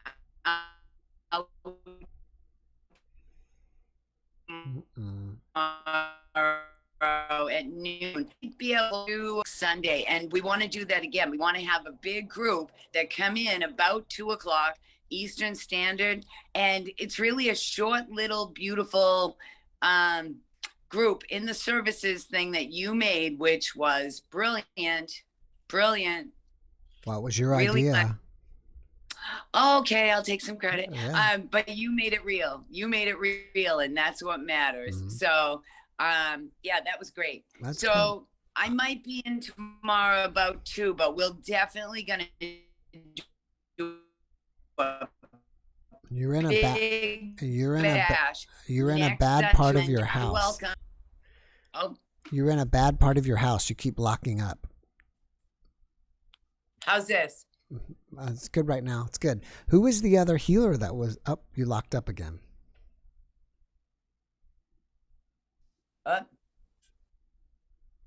Now you're back. Who was the other healer that was there with you last Sunday?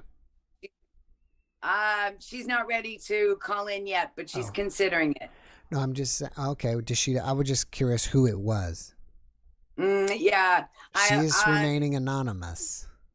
Right, but people that are in the group would that show up on 2:00 Eastern time now. Uh-oh, this room's not good for you. How's this? There, you're back.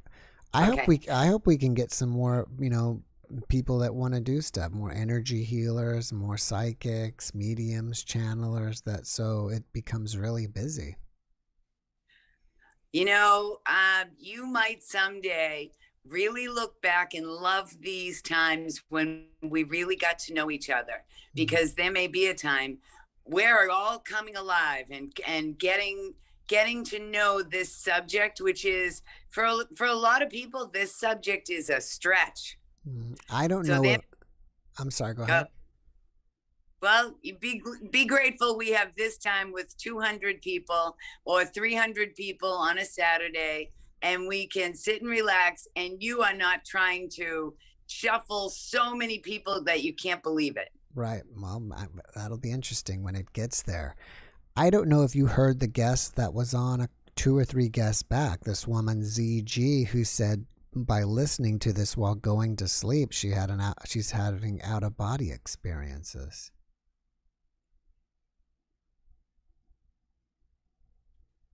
Did you?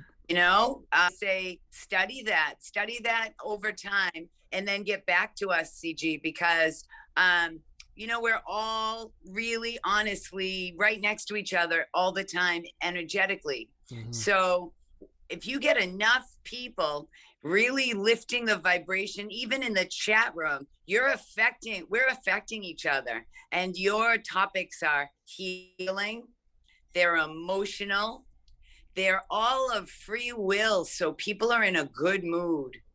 That mix is a very powerful mix when you think in terms of vibration. Mm-hmm.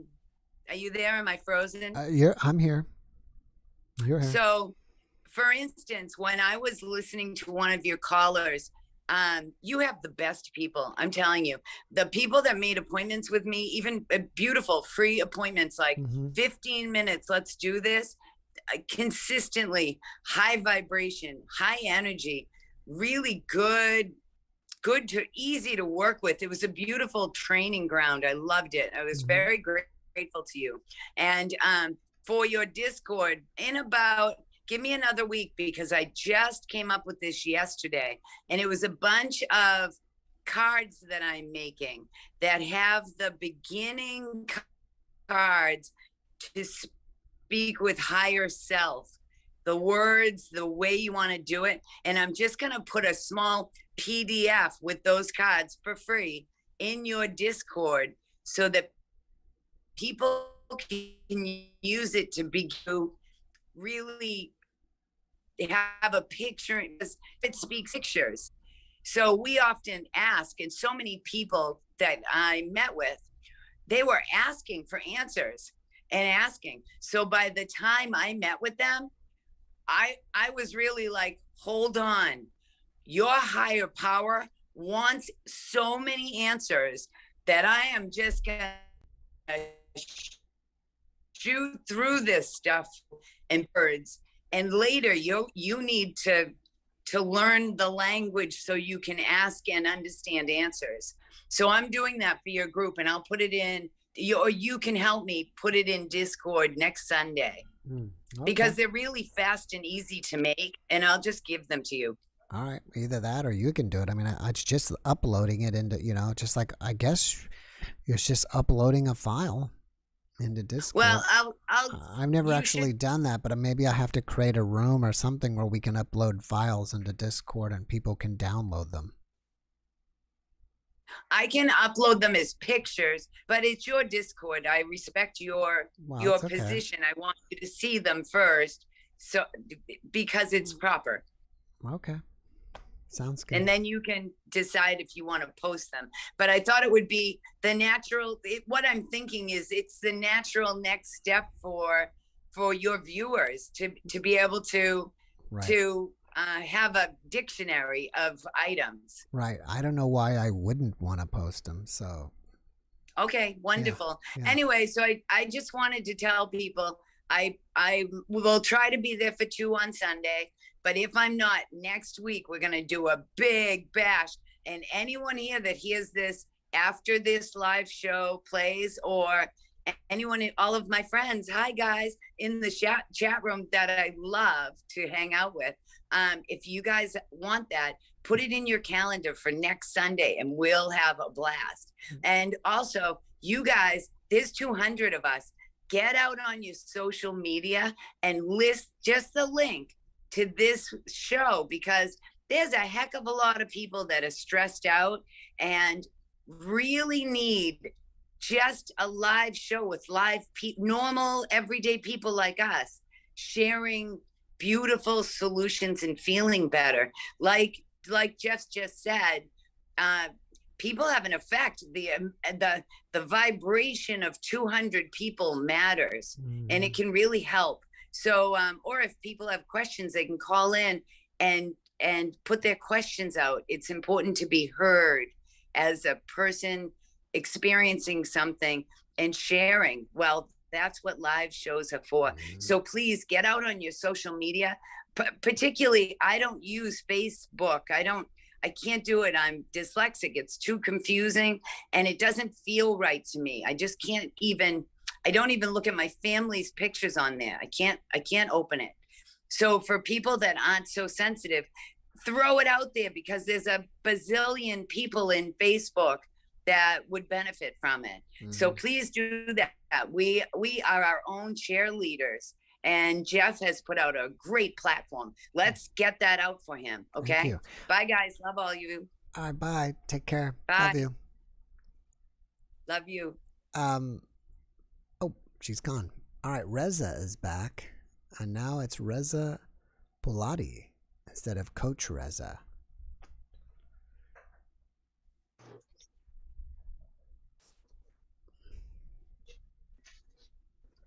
Ask to start video. There it is.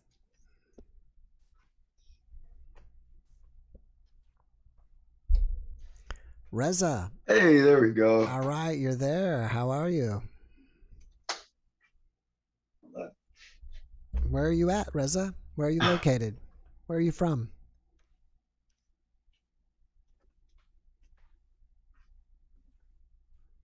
You hear me? Hey, Jeff, can you hear me? Yeah. Where are you from, Reza? Oh, great. I can't hear you. Hold on one sec. All right. Let me see.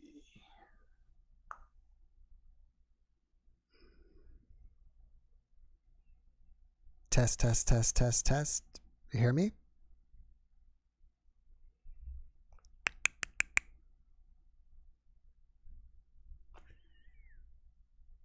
Check. Jeff, I can only see your podcast. I can't hear you. You Hold can't on one hear sec. me. I can hear you, so you should be able to hear me.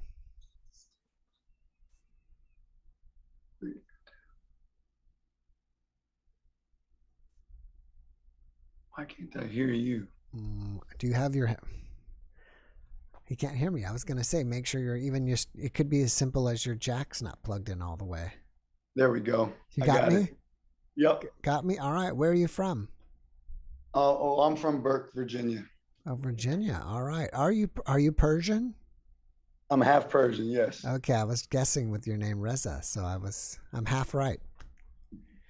Very good guess. All right. So what brings you to the show today? What would you like to share with us? Well, Jeff, first of all, thank you so much for having me. It's a real pleasure and honor to be here. I've watched a lot of your podcasts, and you're doing a phenomenal job. Keep up the great work. Thank you. My whole reason to be here is to share. So great. My Seafoam and Johnny came on here maybe a few months ago and shared about his experience of when he unlocked. And I wanted to talk more about that and how his experience was able to help him to learn more about energy and what makes us who we are, and how he was able to help me to learn about how to heal myself and what I'm doing now to help others. So the first thing I wanted to share was about his energy experience of unlocking, allowing energy to start flowing through the whole body. And it became to a point where he could now feel energy as if it was a tangible object. So in other words, the space between myself and an object, he could feel. So after that happened, the unlocking of the energy in his body, not only could he feel the space between objects, but he could feel thoughts and on his nervous system. So, and everybody feels this. They just don't understand what it is that they're feeling all the time. But it became apparent to Seafoam and Johnny that what he was feeling was in fact energy in the form of thoughts and feelings. And so what happens is, what I want to talk more about is what energy actually is. And there's nothing mystical about it. I want to kind of get that whole idea of mysticism out of the picture, and bring science into the picture so we can understand it a little more clearly. So when I would say he could feel the energy, it's coming in the form of thoughts, and the nervous system is feeling exactly what it is the person's around them thinking or feeling. Now, when the information comes into the body, our nervous system feels it as a form of maybe agitation or discomfort, and it's information, and the brain is trying to interpret it. And so now we're unable to be aware of where it's coming from, what we're feeling, what we're thinking. It could be our own thoughts, could be other people's thoughts, could be our own feelings or other people's feelings. And what it came down to was, it takes time. Once you become aware of energy and start to be able to feel it within your own body, and you can start to feel energy outside of you and realize what it is, it takes time to decipher and understand what you're feeling. It's like a whole new language. So when he met me, I didn't understand the language at all. And when I came to him, I was very sick. I had what was called Crohn's disease, which is technically incurable. You have to have it the rest of your life. And I was told that I couldn't play sports or lift weights, and those are my two favorite things to do in the world. And teach. I was out there coaching and working with children. Now it's about 20 years I've been doing it, but at the time, you know, I've been doing it. I did it for about 7 years, and I loved it.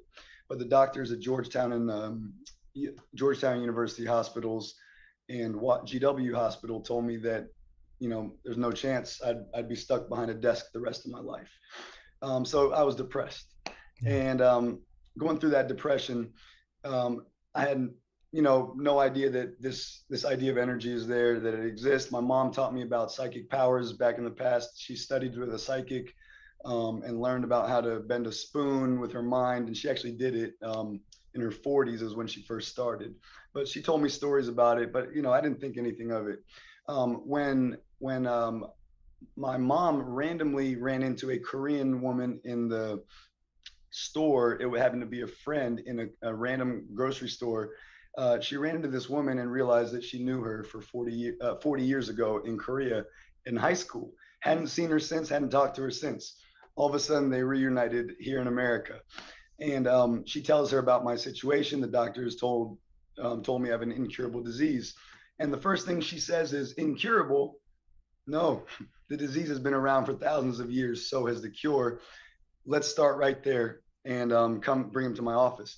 So I learned about traditional Chinese medicine and the way that the biological clock works, getting back into harmony with nature.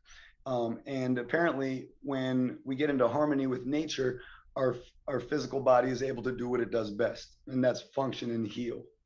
So when I first got there and heard that there's an idea, my belief changed. So going from incurable to it could be cured, instantly I changed my belief because I chose to. I wanted the more positive thing to believe. Forget what the doctors say. This sounds great, better. Let me follow this idea. So I believed the idea. That was the first step to healing. Second, I did exactly what she said that I could do at the time. You know, I still loved eating chocolate and candy. She said, just try to have a little bit less, because the sugar is going to create phlegm, and that's going to create blockages within the body for breath, blood, and energy to flow. So I said, okay, I'll cut back.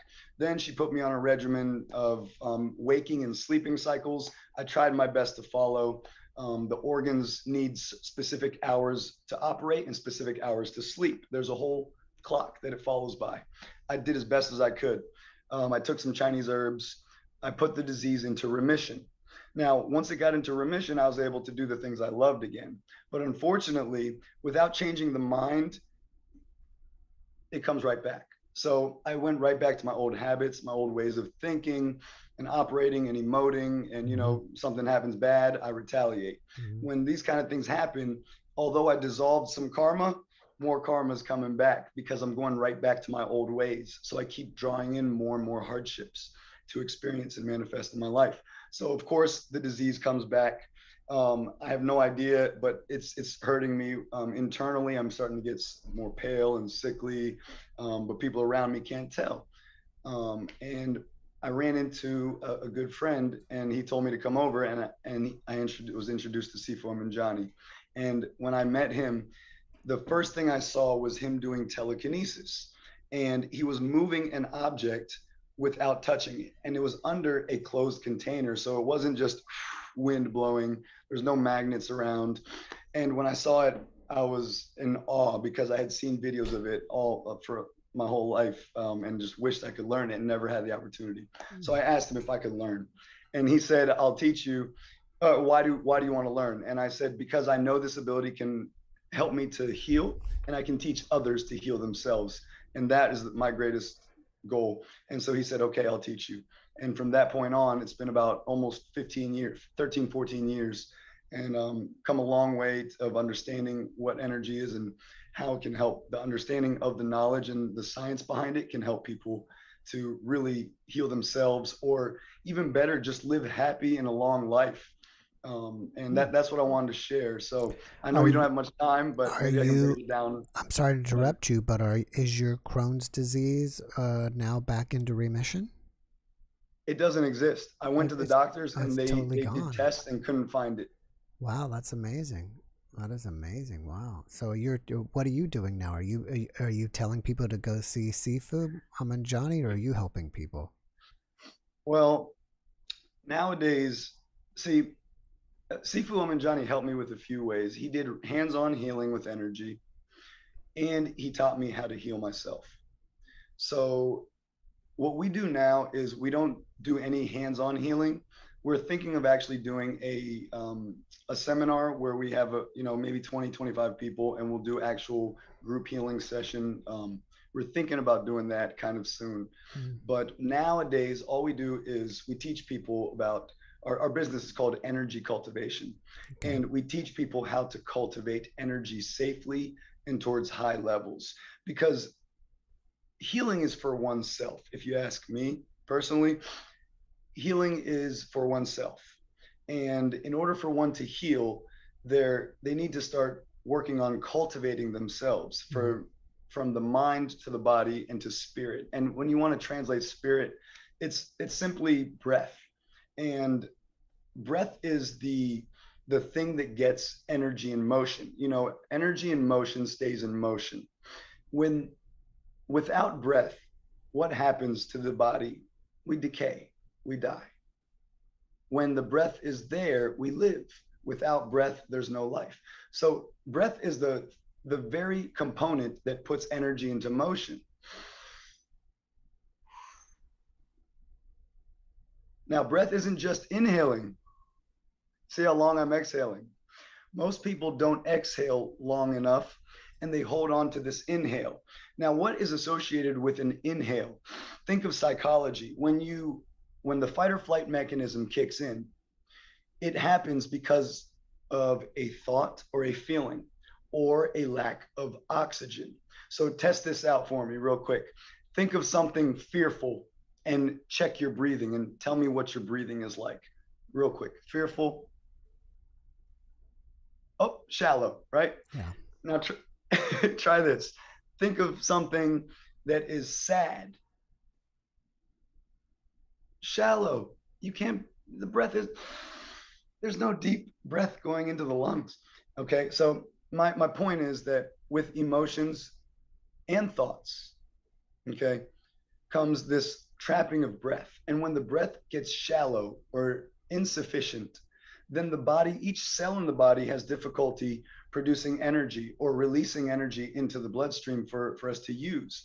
So without that oxygen, what we go through is a different process called fermentation rather than respiration.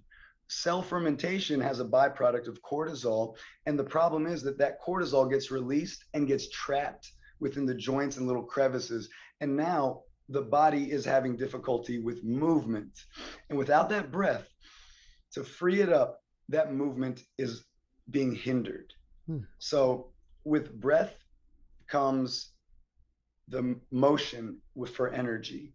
Now, in order to cultivate the energy, one needs to learn about developing their moral character, because moral character is the very thing, the sole thing that determines the height of one's energy level. Now, that's very strange to say, right? No, most people don't look at it like that. Energy, something that can grow based off of moral character. How? What are you talking about? That's not tangible. That's not usable. Actually, yes, it is. Because according to science, everything vibrates. Everything has its own vibration, even a thought or a feeling. Now, a thought or feeling can change the very vibration of an object. We can see by Masaru Emoto, if you go and look at the healing powers of water, you'll see that Masaru Emoto found that even words or thoughts can change the resonance of a single molecule of water.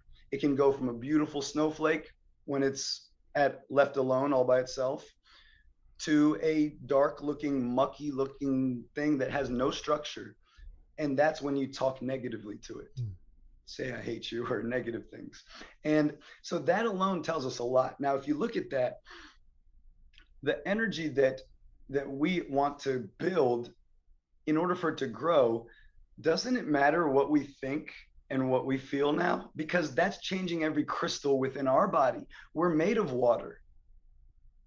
Yeah.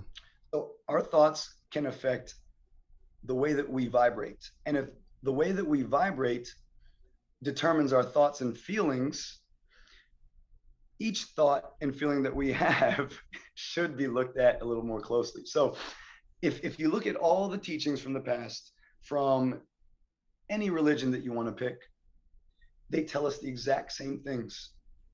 And they're all leading towards an idea of how to treat another person. It's all about laws of energy. It's been changed to fit a format so that people will want to read it, and to kind of keep us at bay, and, you know, be not controlled, but just to be able to be, you know, at our level, because there's a percentage of people who want to stay in power. So what was taken out of the religious texts is now being brought up, and it's found in the Dead Sea Scrolls, you know, Moses, Book of Moses and Book of Enoch. And then now they're finding teachings of Buddhas from the Heart Sutras that were deep in there, only found in temples.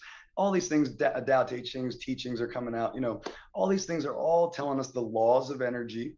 And if we're able to understand these laws, we can realize how it intertwines with the body, our health, and the things that we want to manifest in our life. So I guess what I'm trying to say is, breath